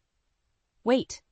he cried out, voice tinged with desperation as his gaze found me in the gallery. "Vivian, please. You have to believe I've changed. I'll get help. We can make this work." I stared back at him, unmoved by his pleading words. He was the same pathetic, manipulative con man he'd always been, unable to take true responsibility. "It's over, Caleb," I said, voice flat and devoid of emotion. "You had your chance to be a decent human being, and you failed spectacularly. Now you get to rot away behind bars like the subhuman piece of filth you are." He recoiled as if I'd slapped him, jaw going slack. In that moment, the last remnants of the suave, sophisticated facade finally cracked away to reveal the sniveling coward underneath. As the bailiffs pulled him out, Caleb fixed me with one last poisonous glare over his shoulder. "You'll regret this, Vivian. You're going to pay." I simply smiled and waved farewell with sardonic sweetness. His empty threats held no power over me anymore. In the end, Caleb lost everything: his career, his wealth, his social standing, even his precious freedom. The mighty Westbrook empire he'd built through corruption and abuse had been burnt to the ground, its ashes scattered to the wind. My once formidable tormentor was nothing more than a caged animal now, his vicious bite permanently defanged. I'd won. In the weeks that followed, I savored my newfound liberation like a delicious wine. Dana and I sold off what remained of Caleb's assets to pay off my legal debts and set up college funds for Ethan and Ella. I even took the kids on a celebratory vacation to Hawaii, building sandcastles and splashing in the waves without a care in the world. For the first time in over a decade, I could finally breathe freely, unburdened from the crushing weight of Caleb's cruelty. The constant fear and tension that had plagued every moment had evaporated like a bad dream. My babies were happy and whole once more. I'd sacrificed and plotted, fought tooth and nail to regain control of our lives. In the end, the blood, sweat, and tears were all worth it to ensure that abusive monster could never hurt us again. Caleb's reign of terror over our family was permanently finished.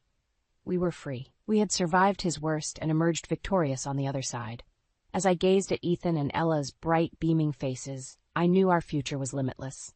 A new chapter was finally beginning, one of peace, healing, and limitless possibilities unfurled before us, and this time I held the pen.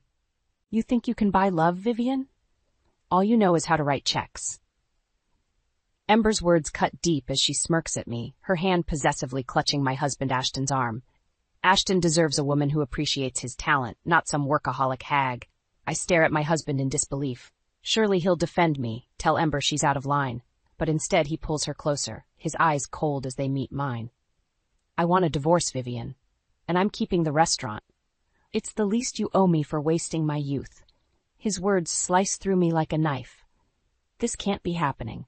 I think back to when we first met. Me, a rising corporate lawyer, him, a charming bartender at the swanky lounge I frequented after long days at the firm. He had dreams of becoming a chef, and I believed in him. I paid for his culinary school, poured my savings into launching his restaurant. And this is how he repays me? Ember's victorious grin ignites a fury within me. They want to play dirty? Fine. Game on. They have no idea who they're messing with. I'm Vivian Sinclair, and I never lose. 5 years ago, things were so different. Ashton and I were deeply in love, or so I thought. We'd spend hours talking about his dreams of opening a world-class restaurant. You make the money, I'll make the magic, he'd say with a wink. And like a fool, I believed him. I worked tirelessly, climbing the corporate ladder to afford the life we dreamed of together. The long hours paid off when I made junior partner. To celebrate, I surprised Ashton with a check, enough to cover his culinary school tuition and then some. He swept me into his arms, peppering my face with kisses. "You're my angel investor," he murmured. "I'll make you so proud." And he did, graduating top of his class. Buoyed by his success, I took out a business loan and signed a lease on a prime location downtown. Ashton's Bistro was born, and my husband was the toast of the town. Critics raved, reservations were booked months in advance. I beamed with pride at every accolade. But somewhere along the way, things changed. Late nights at the firm meant missed dinners, forgotten anniversaries. "You're never here, Vivian," Ashton would complain. "I feel like I'm married to your job." So I scaled back at work, started taking cooking classes at the restaurant to spend more time with him. That's where I met Ember, a lively young food blogger with a magnetic personality. She was everything I wasn't, carefree, fun, passionate about food. We bonded over Ashton's culinary genius, and I was grateful to have a new friend. How naive I was. The signs were all there, I just didn't want to see them. The hushed phone calls, the late nights at the restaurant. "Oh, Vivian, you're just being paranoid," Ashton would assure me. Ember is a business contact, nothing more. Nothing more, indeed. The image of them tangled in our bed, clothes strewn across the floor, is seared into my brain. And now they have the audacity to ambush me in my own home, demanding I hand over everything I've worked for. They think they've won, but the game is just beginning. I'll show them what happens when you cross Vivian Sinclair. My dear husband and his mistress picked the wrong woman to mess with. They'll rue the day they betrayed me. I straighten my spine, a cold smile spreading across my lips as I stare them down. "Enjoy your little victory," I say, my voice dripping with venom. "It won't last long.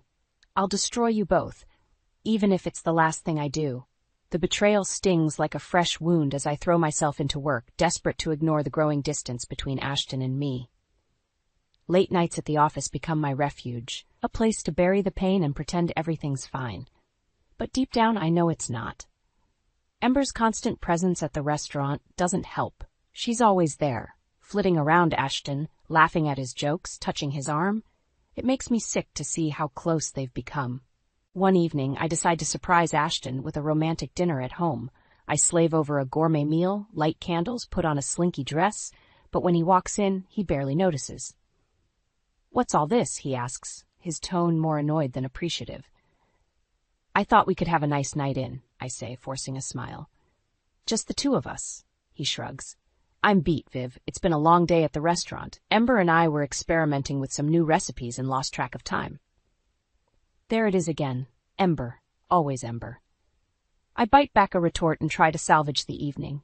"Well, I made your favorite, truffle risotto with seared scallops. Come, sit down and relax." But the meal is tense, the conversation stilted. Ashton picks at his food, his mind clearly elsewhere. I want to scream, to demand he pay attention to me, but I don't. I just sip my wine and pretend everything's perfect. Later, as I'm clearing the dishes, I overhear Ashton on the phone in the next room. "I can't do this anymore," he's saying, his voice low. "I feel trapped, unappreciated. She doesn't understand me like you do. My heart clenches. He's talking to her. I know it. Part of me wants to confront him, but I'm afraid of what he'll say, afraid of losing him. Instead, I bury myself in work, taking on more cases, logging longer hours. My best friend Nadia grows concerned. You need to do something, Viv. But she urges over lunch one day. Hire a private investigator. Find out the truth. You can't keep living like this. But I brush off her suggestion. It's just a rough patch, I insist. Every marriage has them. We'll get through it. Even as I say the words, I know I'm lying to myself. The cracks are widening, the foundation crumbling. And then one night, I find a text from Ember on Ashton's phone. I can't wait to taste your new creation, it reads, followed by a winking emoji. My blood boils. I confront Ashton, waving the phone in his face. What the hell is this?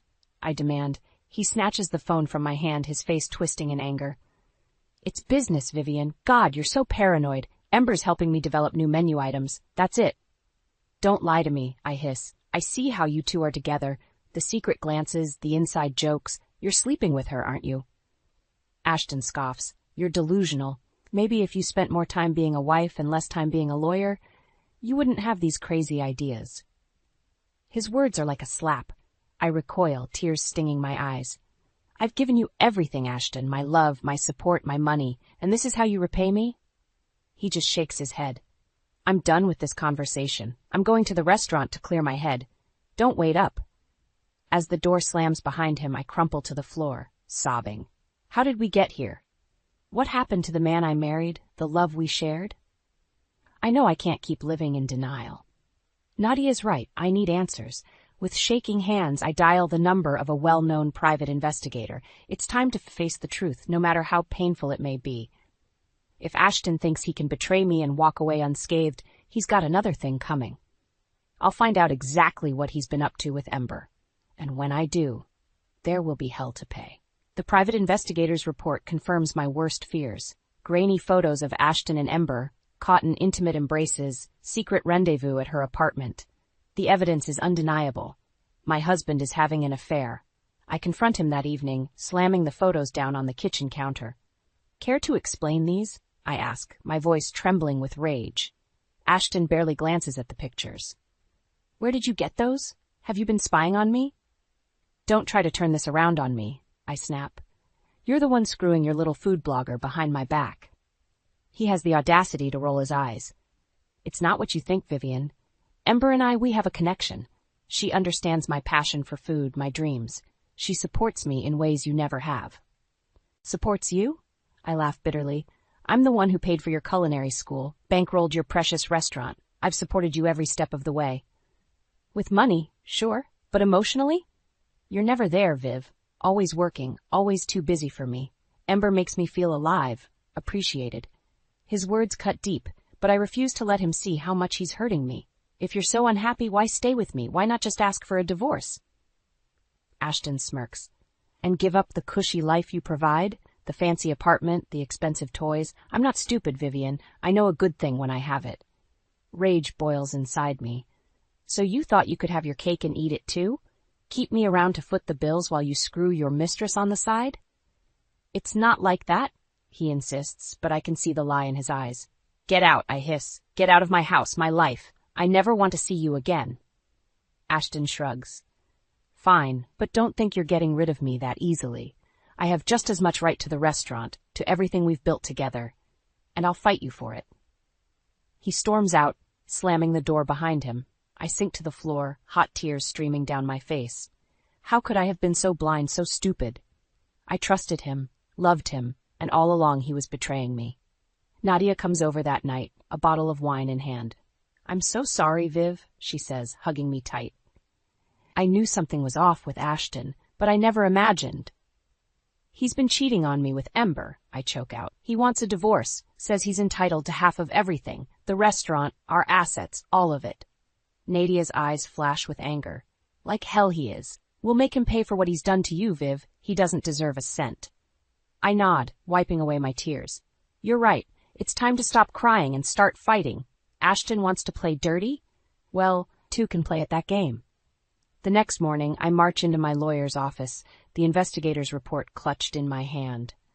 I want to file for divorce, I tell him, and I want you to find any dirt you can on my husband, dig into his finances, his business dealings. I have a feeling he's hiding something.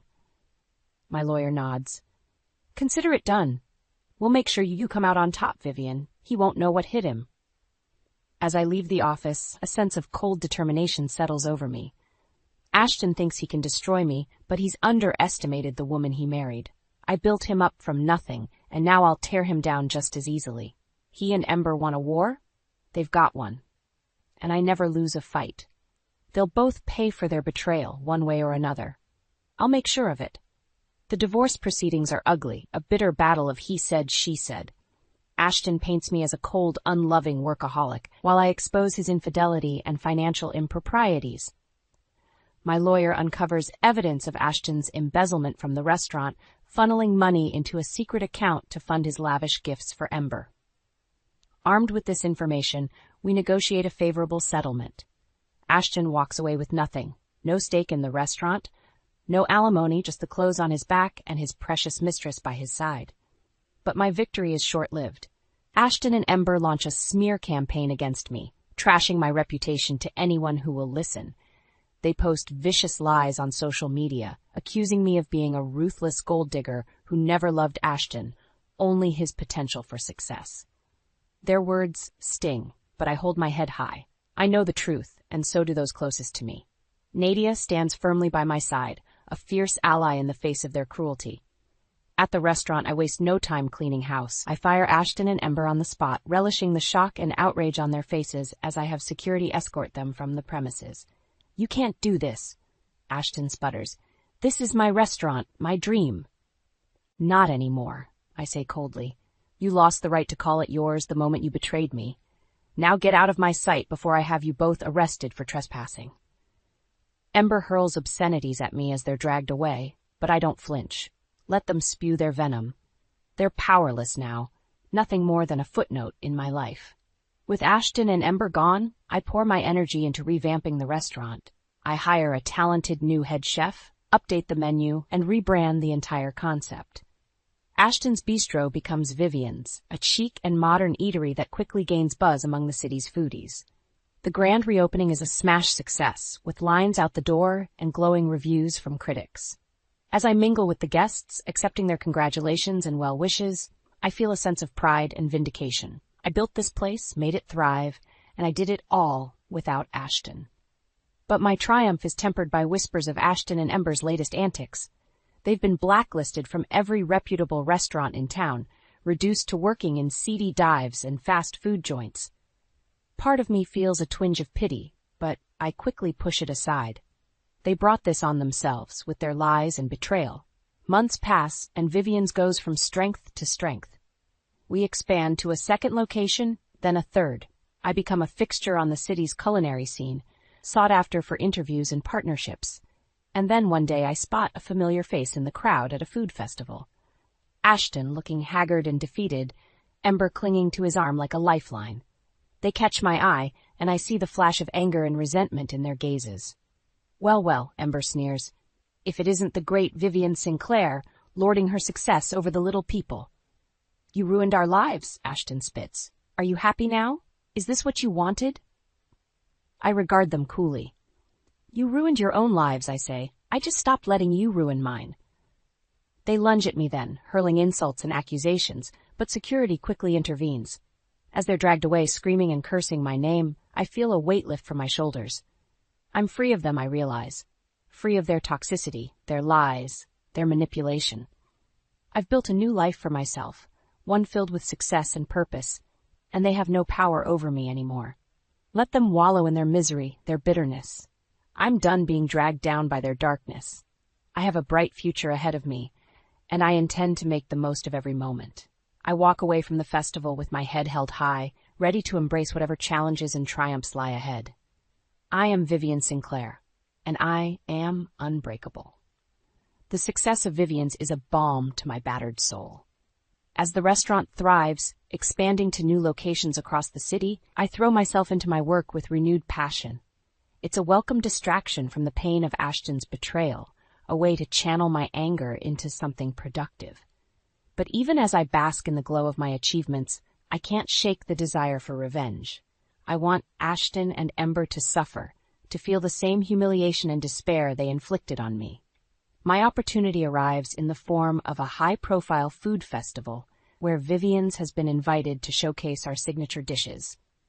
As I'm prepping my team for the event, I overhear a startling conversation between two of my sous chefs. "Did you hear about Ashton Sinclair?" one of them whispers. Apparently, he and that blogger chick have been blacklisted from every decent restaurant in the city. No one will hire them after the stunt they pulled with Vivian. "Serves them right," the other chef scoffs. "I heard they're barely scraping by, working dead-end jobs and living in some dump of an apartment." A thrill of vindication runs through me. So the mighty have fallen. Ashton and Ember, once the darlings of the culinary scene, now reduced scraping the bottom of the barrel. But it's not enough.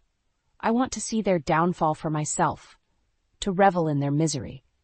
And what better place to do it than at the food festival, where the cream of the crop will be gathered to celebrate the city's finest cuisine. I make some discreet inquiries and discover that Ashton and Ember have indeed hit rock bottom. They're working as lowly prep cooks at a seedy diner, barely making ends meet.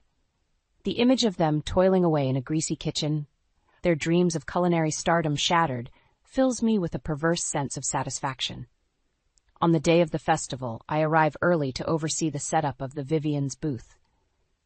As I'm arranging our artfully plated creations, I catch a glimpse of a familiar face in the crowd. Ashton, looking haggard and defeated, Ember clinging to his arm like a desperate barnacle. Our eyes meet, and I see the flash of recognition, followed by pure, unadulterated loathing. They make a beeline for me, pushing through the throng of festival-goers with single-minded determination. "Well, well, well," Ember sneers as they approach. "If it isn't the great Vivian Sinclair lording her success over the little people. Come to gloat, have you?" I regard them coolly, taking in their shabby appearance and the bitter lines etched into their faces. "I'm here to showcase my restaurant," I say evenly. "What brings you two to the festival? Surely you're not here to sample the gourmet offerings." Ashton's face twists into an ugly scowl. "You think you're so high and mighty, don't you? Ruining our lives, blacklisting us from the industry. Are you happy now, Vivian? Is this what you wanted?" I feel a flare of anger at his accusation. "You ruined your own lives," I snap. "I didn't force you to cheat, to lie, to betray me. You made your choices, and now you're facing the consequences." Ember lets out a shrill laugh. "Consequences? Is that what you call it? You destroyed us, Vivian. You took everything we had and ground it into dust. And you took everything I had and stomped on it without a second thought," I retort. "My love, my trust, my marriage, you betrayed me in the worst possible way, and for what? A cheap fling and some ego boost?" Ashton's face reddens with rage. "You never appreciated me," he snarls. "Never supported my dreams. Ember understands me in ways you never could." I shake my head in disbelief. "I gave you everything, Ashton. My heart, my money, my unwavering support, and you threw it all away for a piece of ass. Well, I hope she was worth it, because now you have nothing. No restaurant, no reputation, no future, and you have no one to blame but yourselves." With that, I turn on my heel and walk away, leaving them sputtering with impotent fury. Let them stew in their own misery, I think. They've reaped what they sowed, and I wash my hands of them both. As I return to the Vivian's booth, head held high, I feel a sense of closure wash over me. I've confronted my demons and emerged victorious. Ashton and Ember are nothing more than a bitter memory now, a cautionary tale of what happens when you bite the hand that feeds you. I am Vivian Sinclair, restaurateur extraordinaire, and I bow to no one, least of all a pair of backstabbing traitors who thought they could bring me down. I've risen from the ashes of their betrayal, and I will continue to soar. Nothing and no one can stop me now. The food festival marks a turning point in my life. With Ashton and Ember's public humiliation, I feel a sense of closure, a readiness to move on from the pain of their betrayal. I throw myself into my work with renewed vigor, determined to make Vivian's the most acclaimed restaurant in the city. And it pays off. Within months, we're booked solid every night, with a waitlist stretching weeks in advance. Critics rave about our innovative menu and impeccable service, and I become a regular fixture on the culinary scene, sought after for interviews and collaborations. But even as I bask in my success, I can't help but keep tabs on Ashton and Ember. Call it morbid curiosity, but I need to know just how far they've fallen. Through the grapevine, I learned that they've been blacklisted from every reputable restaurant in town. No one wants to be associated with the scandalous couple who betrayed the beloved Vivian Sinclair. They're forced to take whatever scraps they can get, working menial jobs in fast food joints and seedy diners. A part of me feels a twinge of pity for them. After all, I once loved Ashton deeply, and I can't forget the good times we shared. But then I remember the pain they caused me, the callous way they discarded our marriage, and any sympathy I might have felt evaporates like mist in the sun. Let them suffer, I think. Let them feel a fraction of the heartbreak and humiliation they inflicted on me. It's no less than they deserve. As the months pass, I hear whispers of their increasingly desperate situation. They've been evicted from their apartment, unable to make rent on their meager wages. They're living out of Ember's beat-up old car, sneaking into shelters for meals and showers. It's a far cry from the lavish lifestyle they once enjoyed, funded by my hard work and sacrifices. The irony is not lost on me. One evening, as I'm leaving the restaurant after a particularly grueling shift, I spot a familiar figure huddled in the alley behind the building. It's Ashton, looking gaunt and filthy, his once pristine chef's white stained and tattered. He looks up at me with bloodshot eyes, a mixture of shame and resentment on his haggard face. "Come to gloat?" he rasps, his voice rough from disuse. I shake my head. "I take no pleasure in your suffering, Ashton. Despite what you may think, I never wanted this for you." He lets out a bitter laugh.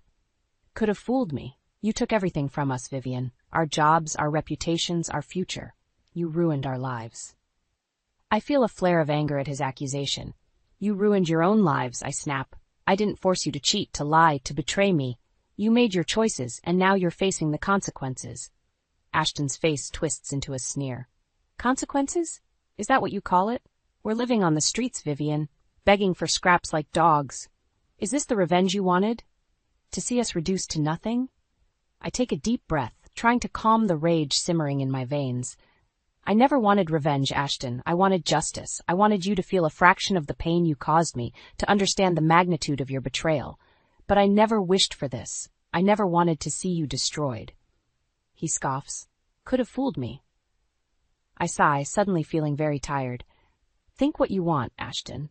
But know this, I've moved on. I've built a new life for myself, one that doesn't include you or Ember. And I'm happy, truly happy, for the first time in years." I turn to walk away, but his voice stops me. "Vivian, wait." I glance back over my shoulder, seeing a flicker of the man I once loved in his haunted eyes. "I'm sorry," he whispers, "for everything. I know it doesn't change anything, but I needed to say it." I nod, a lump forming in my throat. "I appreciate that, Ashton. But you're right, it doesn't change anything. We can't go back to what we were. That life is over." With that, I walk away, leaving him slumped in the alley. As I climb into my car and drive off into the night, I feel a sense of closure wash over me. The anger and pain that have fueled me for so long begin to dissipate, replaced by a newfound sense of peace. I have survived the worst betrayal imaginable, and I have emerged stronger, wiser, and more resilient. I am Vivian Sinclair, and I am finally free. With Ashton's apology still ringing in my ears, I throw myself into expanding Vivian's empire. We open new locations across the city, each one more successful than the last. My name becomes synonymous with culinary excellence, and I'm hailed as a visionary in the industry. But my success is about more than just personal achievement. I want to use my platform to make a difference, to empower other women who have faced adversity and betrayal. I start a mentorship program for aspiring female chefs, offering guidance and support as they navigate the cutthroat world of professional kitchens. I also partner with local women's shelters, donating a portion of Vivian's profits to help survivors of domestic abuse rebuild their lives. It's deeply fulfilling work, and it gives me a sense of purpose beyond the daily grind of running a restaurant. I feel like I'm making a real difference in people's lives, using my own pain and struggle as a catalyst for positive change. But even as I bask in the glow of my newfound purpose, I can't help but think of Ashton and Ember. Despite everything they've done, a part of me still feels a twinge of pity for them. I know firsthand how easy it is to get caught up in the allure of success, to let ego and ambition cloud your judgment. And while I can never forgive their betrayal, I can't help but wonder if they truly understood the consequences of their actions. Through the grapevine, I hear that they've hit rock bottom, blacklisted from the industry, drowning in debt, and struggling with addiction. They're a cautionary tale of what happens when you let greed and selfishness consume you. A part of me wants to reach out, to offer some kind of olive branch, but I know it's not my responsibility to save them from themselves. They made their choices, and now they have to live with the fallout. Instead, I focus on my own healing, on building a life that is authentic and fulfilling. I surround myself with people who lift me up, who support my dreams and celebrate my successes. Nadia becomes my rock, my confidant, and my sounding board. She's there for me through every triumph and setback, always ready with a listening ear and a shoulder to cry on. Together, we host lavish charity events at Vivian's, raising money and awareness for causes close to our hearts. I speak openly about my own experiences, hoping to inspire others to find strength in the face of adversity. And slowly but surely, I feel the wounds of Ashton's betrayal begin to heal. The pain and anger that once consumed me fade into the background, replaced by a sense of peace and purpose. I know I'll never forget what he did, but I refuse to let it define me. I am more than the sum of my scars, more than the product of someone else's cruelty. I am Vivian Sinclair, a survivor, a fighter, and a force to be reckoned with. And I will spend the rest of my life using my voice and my platform to lift up others, to create a world where no one has to suffer in silence. As I stand on the balcony of my penthouse apartment, looking out over the twinkling lights of the city, I feel a sense of gratitude wash over me. I have lost much, but I have gained so much more. I have found my purpose, my passion, and my power. And I know that no matter what challenges lie ahead, I have the strength and resilience to overcome them. Let Ashton and Ember wallow in their misery, their regret. I have moved on, focused on building a life that is rich in love, purpose, and meaning. I am Vivian Sinclair, and I am unstoppable. We need to talk. Those 4 words from Nathan's lips detonated the bomb that would obliterate my life as I knew it. I stared at him, dread creeping up my spine, as he scrolled through his phone with an expression I couldn't read. I found these messages between you and Kira. He turned the screen to face me, and there it was. The undeniable proof of his infidelity glaring back at me. It's been going on for over a year. She's pregnant, Marla. We're starting a new life together. The words hung in the air like a noxious gas, choking me. I wanted to cry, to scream, to run, but I could only gape as decades of marriage crumbled around me. Well? Nathan snapped. Say something. My chest tightened as anger sliced through the paralysis. You son of a bitch, I growled through clenched teeth. After everything we've been through? After 23 years of building a family? It's not like that, he protested. I never meant to hurt you. Kira and I just clicked. She understands me in a way you never could. Fire blazed in my eyes. Oh, I understand you perfectly now. You're a liar, a cheater, and a disgrace. Nathan recoiled as if struck. Give me a break, Marla. You've been so wrapped up with your parents, I felt neglected. This is as much your fault as mine. I shot to my feet, fury propelling me. My fault? I've supported us for years while you chased one get-rich scheme after another. Don't you dare try to blame me for your lack of character. He opened his mouth, but I cut him off, grabbing my purse and keys. Save it. I want a divorce, and I'm taking you for everything you're worth. Without waiting for a response, I stormed out, the sudden silence giving no comfort. My hands shook as I fumbled with the car keys, tears I'd refused to shed burning my eyes. How could this be happening?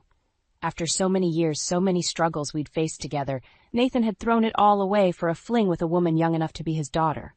Worse, he'd compounded that betrayal by impregnating her. White-hot anger lanced through me, hardening my resolve. I wouldn't be the wounded, weeping wife history discarded as a footnote. Nathan would regret the day he ever looked at another woman. This was just the opening salvo in a war he had no idea was coming. And by the time I was done, he'd be broken and begging for scraps of the life he'd so casually discarded. My fingers tightened around the steering wheel as I pulled onto the road. There would be no more tears, only the cold, brutal satisfaction of watching Nathan's world burn. This can't be happening. I stared at the pile of boxes and furniture crammed into the dingy one-bedroom apartment, a far cry from the beautiful home Nathan and I had shared. The divorce had been messy, but in the end the judge awarded me this place, along with custody of our parents. Need any help, dear? I turned to see Mom, her brow creased with confusion. Even in her early stage of Alzheimer's, she could sense the upheaval. Forcing a smile, I took her hand. It's all right, Mom. Just moving into a new place. The lie felt like acid on my tongue. I hated deceiving her, but the full truth would only cause her more anguish. Better she remained blissfully unaware of Nathan's ultimate betrayal. Marla? Dad's voice, already strained from Parkinson's, filtered in from the other room. A little assistance, please? I squeezed Mom's hand reassuringly. Coming, Dad. I found him slumped on the couch, his medication bottle lying open and empty on the floor. Quickly, I gathered the scattered pills and fixed him a glass of water. I'm so sorry, I murmured, helping him swallow the drugs, keeping his tremors at bay. This move has been chaos. I'll stay on top of your prescriptions from now on, I promise. He patted my arm with a shaky hand. No need to apologize, kiddo. I know you're doing your best with, well, everything. A lump formed in my throat at the weary grace in his eyes. For over 20 years, I'd been the one caring for them as their conditions worsened, while Nathan went through get-rich-quick phases like clockwork. Now he'd left me holding the bag altogether, and not for the first time his timing was exquisitely selfish. Marla? Mom's anxious voice carried from the other room. Hello? I can't find my way. I forced back tears, squeezing Dad's hand before hurrying to Mom. Of course, she'd gotten turned around in the unfamiliar apartment. I'm here, Mom, I said gently, taking her arm to guide her. Let's get you settled, okay?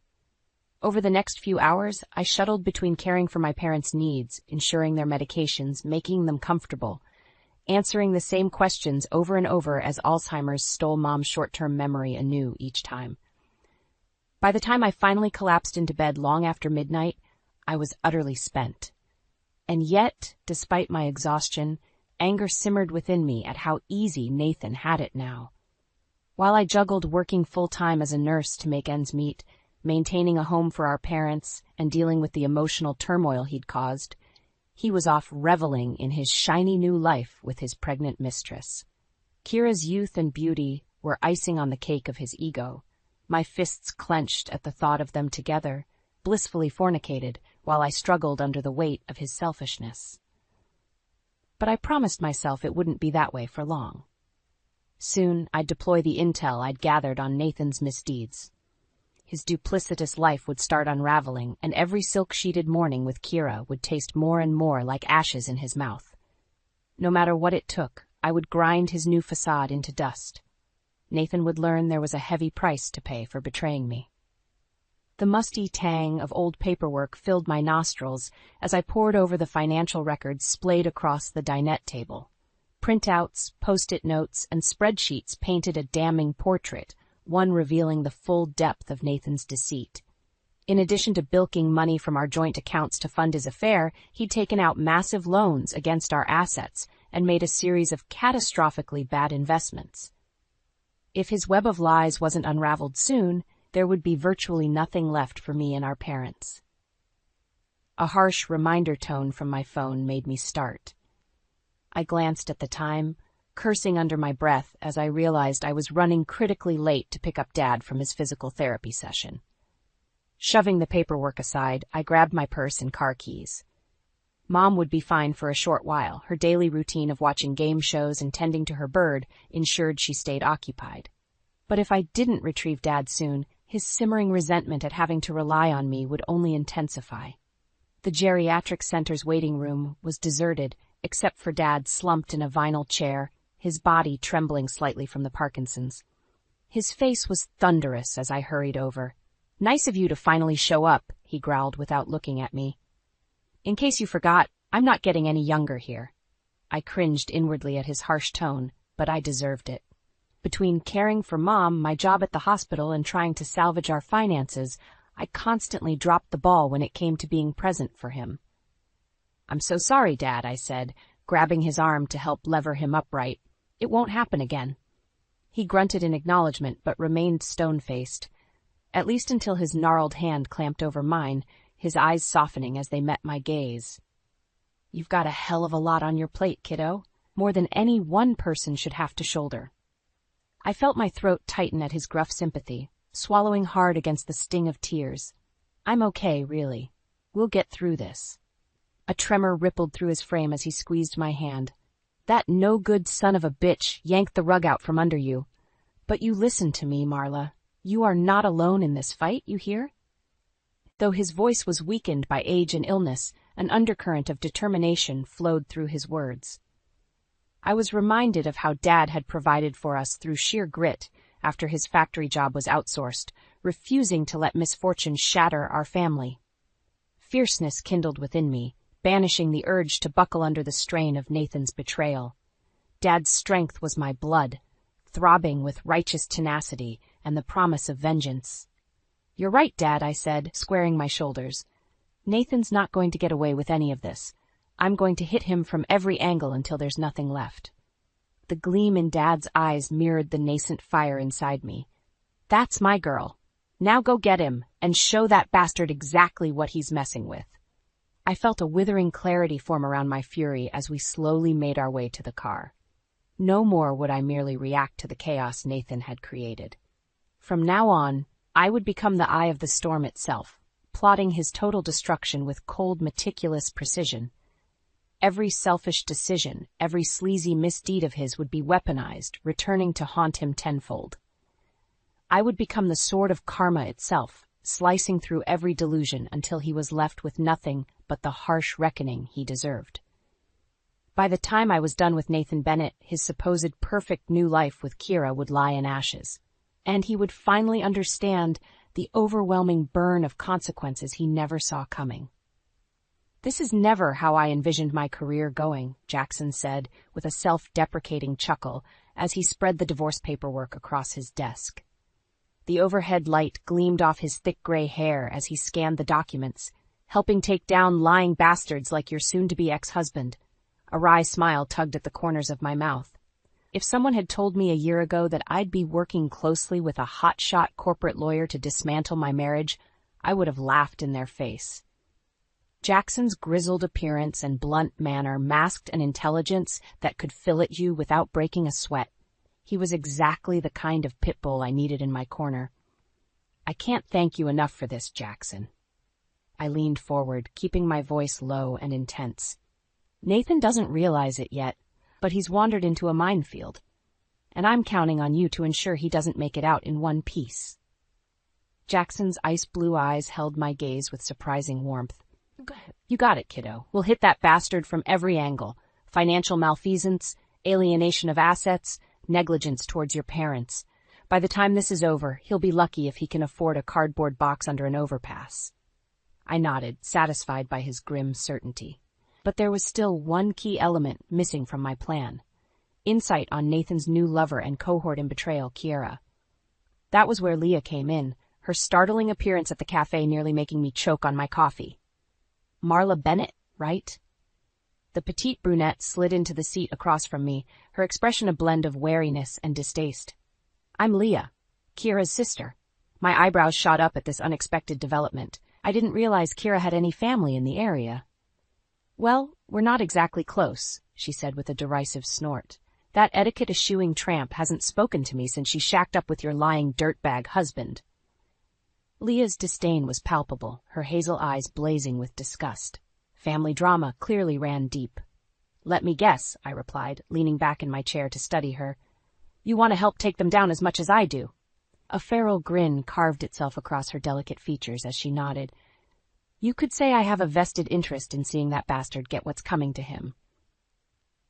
Over the next hour, Leah regaled me with a litany of jaw-dropping details about Nathan and Kira's sordid affair.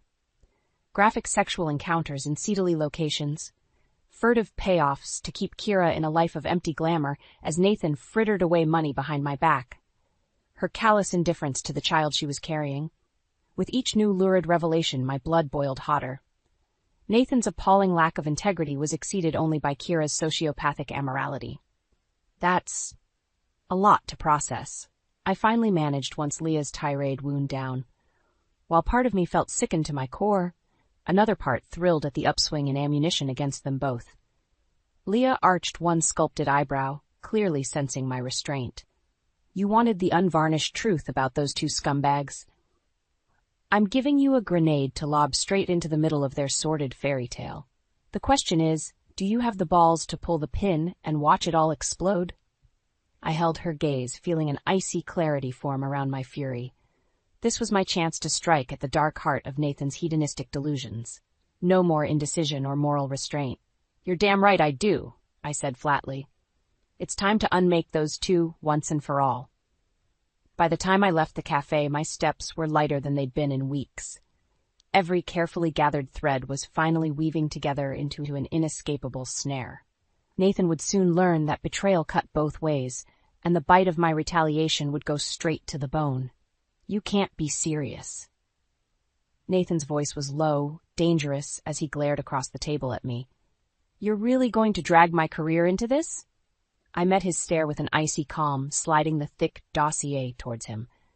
Pages of meticulously compiled evidence detailing his financial improprieties and alienation of assets laid bare like a visual indictment. As you can see, I'm deadly serious. My tone carried no inflection, no waver.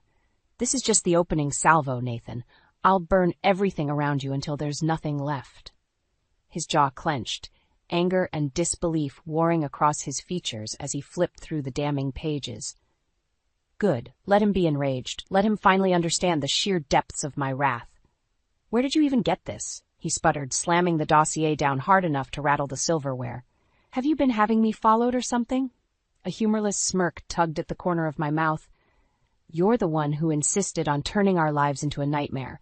Don't act so shocked that I'm simply fighting fire with fire. Comprehension slowly dawned in the tightness around his eyes as he processed my casual ruthlessness. At long last, Nathan could see the cold, implacable resolve driving me. Marla.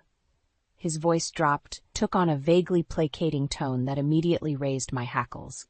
I get that you're angry, but maybe we should take a step back here. For both our sakes and the kids. Don't. My finger jabbed down on the table, cutting off his manipulative spin. Don't you dare try to play the family card with me after everything you've done. That ship sailed the second you knocked up your slut on the side. His nostrils flared, tendons standing out in stark relief in his neck. But he stayed silent, waiting for me to unleash the rest of my fury. Starting today, I declare war on you and your mistress's illusions of happiness, I said, each clipped word dripping with contempt. That cozy little bundle of lies you've constructed, I'm going to rip it apart piece by piece. I slid a manila envelope across the table towards him, the corners digging in gouges on the wood. Those are just a few samples of the images and informant testimonies I've gathered about you two lovebirds. Every sordid hookup, every nickel you blew on that trashy lifestyle while I struggled to keep our parents alive, it's all there in glorious detail. Nathan sucked in a sharp breath as he thumbed through a few of the photos, which clearly depicted him and Kira in varying states of debauchery. But his surprise quickly morphed into an all-too-familiar, smarmy bravado. Is that all you got? One corner of his mouth curled into a disdainful sneer. You think a few nudie pics and slut-shaming is going to intimidate me? I'm not the one on shaky financial ground here. My expression remained impassive, a porcelain mask belying the volcanic fury simmering within me. Slowly, deliberately, I leaned back in my chair and let my gaze sweep over every inch of the man who had once been my husband, my partner, my promised safety. By the time our divorce proceedings are over, you're going to be buried so deep in legal fees and financial ruin that you'll be begging for table scraps, I said, each word measured and certain. But money problems are just the start of your worries. Letting the weight of that statement hang in the air for a beat, I withdrew a sheaf of papers held together with a smudged paperclip. With glacial precision, I slid them over to punctuate my vow. Those contain eyewitness affidavits and documentation detailing the wanton neglect you've shown towards Mom and Dad's care. I'm sure a law enforcement investigation into potential elder abuse would make for some very inconvenient headlines at that firm of yours. For the first time since we'd started this little encounter, Nathan's bravado cracked.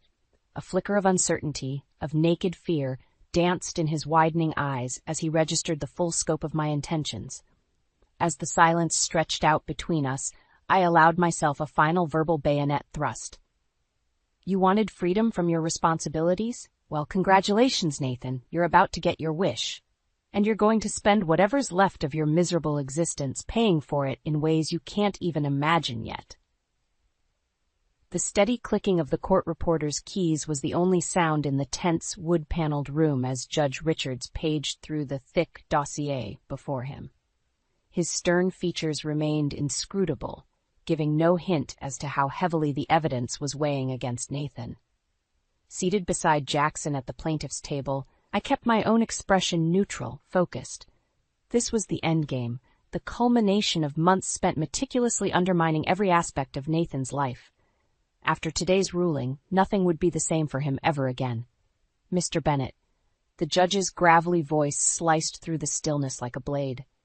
Nathan straightened in his chair, a sheen of sweat visible on his brow. Based on the extensive financial documentation and third-party testimony provided here, it's clear you have engaged in repeated and willful alienation of assets, Judge Richards stated, his tone flat and clinical.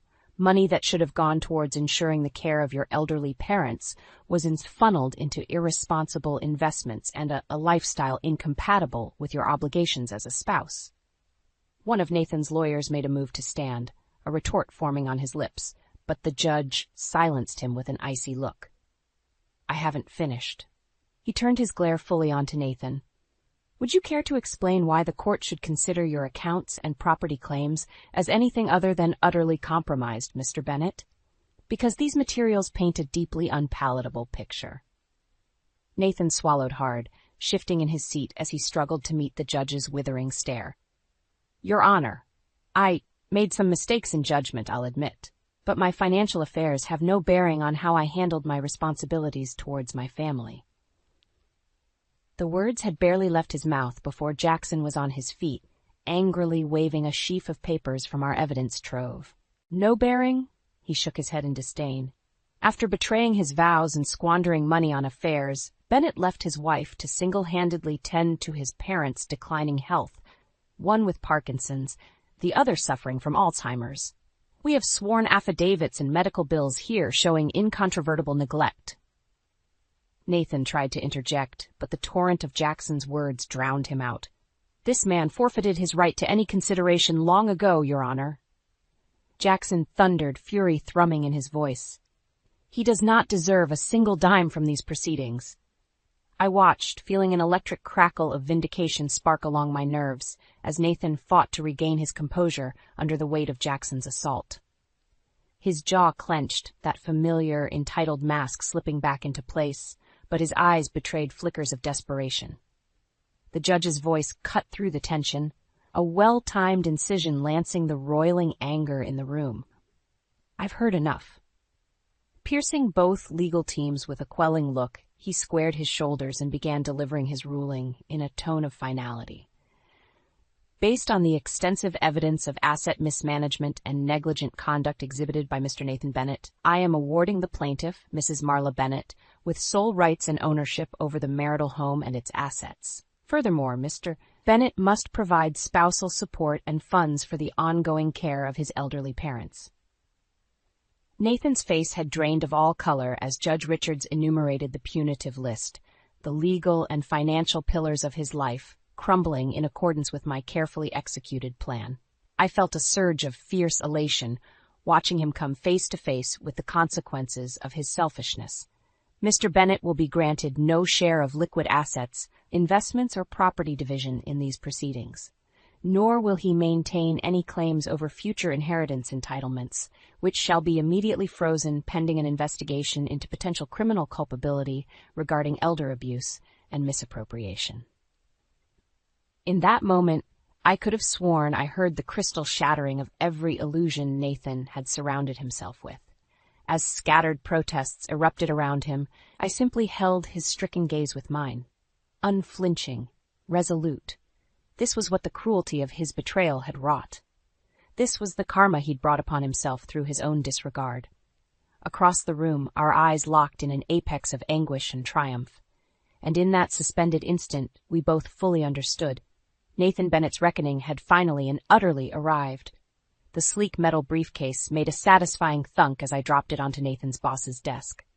McDermott, a jowly, perpetually frowning man, raised an inquisitive eyebrow at me. "I think you'll want to review the contents of that very carefully," I said, keeping my tone brisk and businesslike despite the vindictive thrill uncurling inside me. "It contains comprehensive evidence of unethical conduct by one of your senior employees." McDermott's frown deepened, but he made no move to open the briefcase. "I don't have time for games, Mrs. Bennett. What is this about?" Rather than answer directly, I pulled out my phone and thumbed over to the gallery, pulling up the sheaf of damning financial records and lurid photos. "Does your company have any policies regarding misappropriation of funds?" I asked, turning the screen to show McDermott the first few images, ones clearly depicting Nathan cavorting with his mistress during company hours, or rules about employees operating side businesses and investment schemes using company resources. McDermott's beefy face turned an alarming shade of puce as he rapidly cycled through the pictures and documents. When he finally looked up at me again, tendons stood out in thick cords on his neck. "Where did you get these?" His gravelly voice was a mix of fury and unease. I allowed myself a razor-thin smile. "I have sources. But more importantly, I have proof that Nathan Bennett has been grossly abusing his position at this firm to enable his infidelity and shady personal dealings." Planting my palms on McDermott's desk, I leaned forward to catch and hold his gaze. "He's a liability, one that could jeopardize your entire company's standing if this information got into the wrong hands. But I'm giving you the chance to handle this in-house, so to speak." McDermott's jaw clenched hard as he processed my none too subtle threat. I watched the realization wash over him that I had him precisely where I wanted. When he finally spoke, his tone was as cold and hard as the briefcase between us. "Consider it handled. That son of a bitch is through here the second I can push the paperwork." I allowed myself a thin, satisfied smile, pushing back from the desk. "Pleasure doing business with you." As I strode down the corridors towards the exit, I could feel the knot of anger that had driven me for so long finally beginning to uncoil. The wheels of Nathan's undoing had well and truly been set in motion. By the time I made it home, a voicemail was already waiting for me. I felt a surge of vicious triumph as Nathan's voice, strained and desperate, issued from the speaker. "Marla, please, you have to call me back. I don't know what you think you're doing, but I just got terminated from my job. They're accusing me of misusing funds and corporate resources for my own gain. This is insane. You've gone way too far with this vendetta. If we can just sit down and talk." I rolled my eyes in disgust, hitting the delete button to purge his plea from existence. Nathan's spectacular downward spiral was too little, too late, which was hammered home a few hours later by the shrill ring of my doorbell. I swung the door open to find a panicked, red-eyed Kira on my front step. "You," she spat, her voice shaking with rage and confusion. "What did you do?" "Nathan's life is in ruins. The money's gone, his career is destroyed, his reputation shredded, and now he says he can't even support me and my baby?" I drank in Kira's unraveling with undisguised relish. Let her feel the sting of her own selfishness, the bitter consequences of her choices.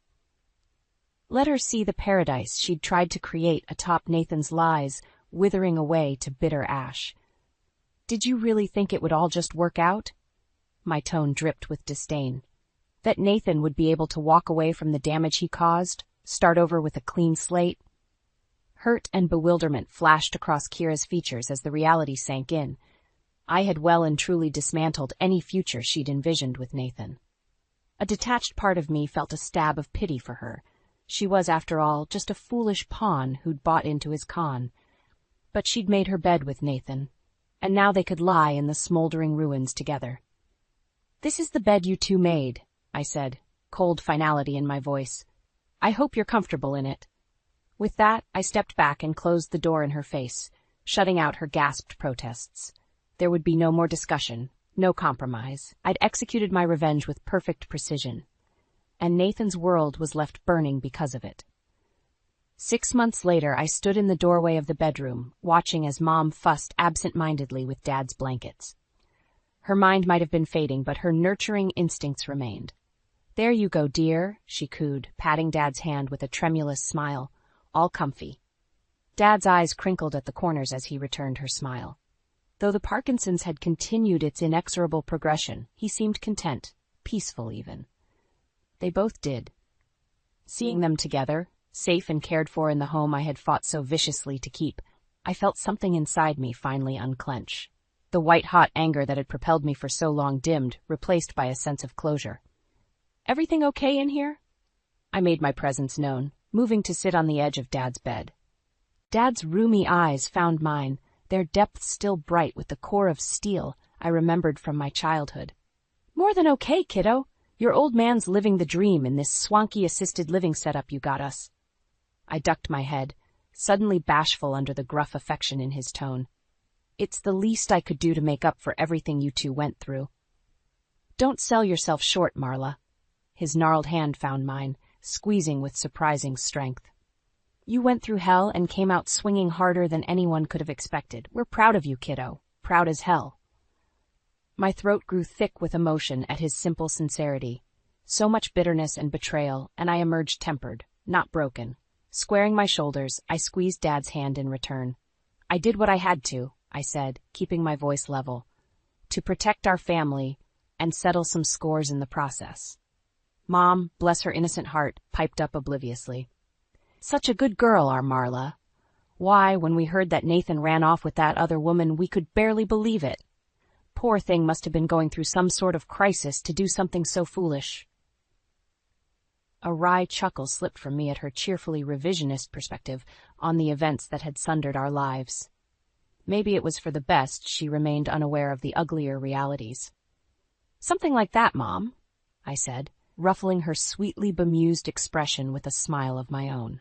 My gaze strayed to the framed photos clustered on Dad's nightstand, sick guilt and vindication warring within me. In one, Nathan and I beamed out at happier, more naive versions of ourselves.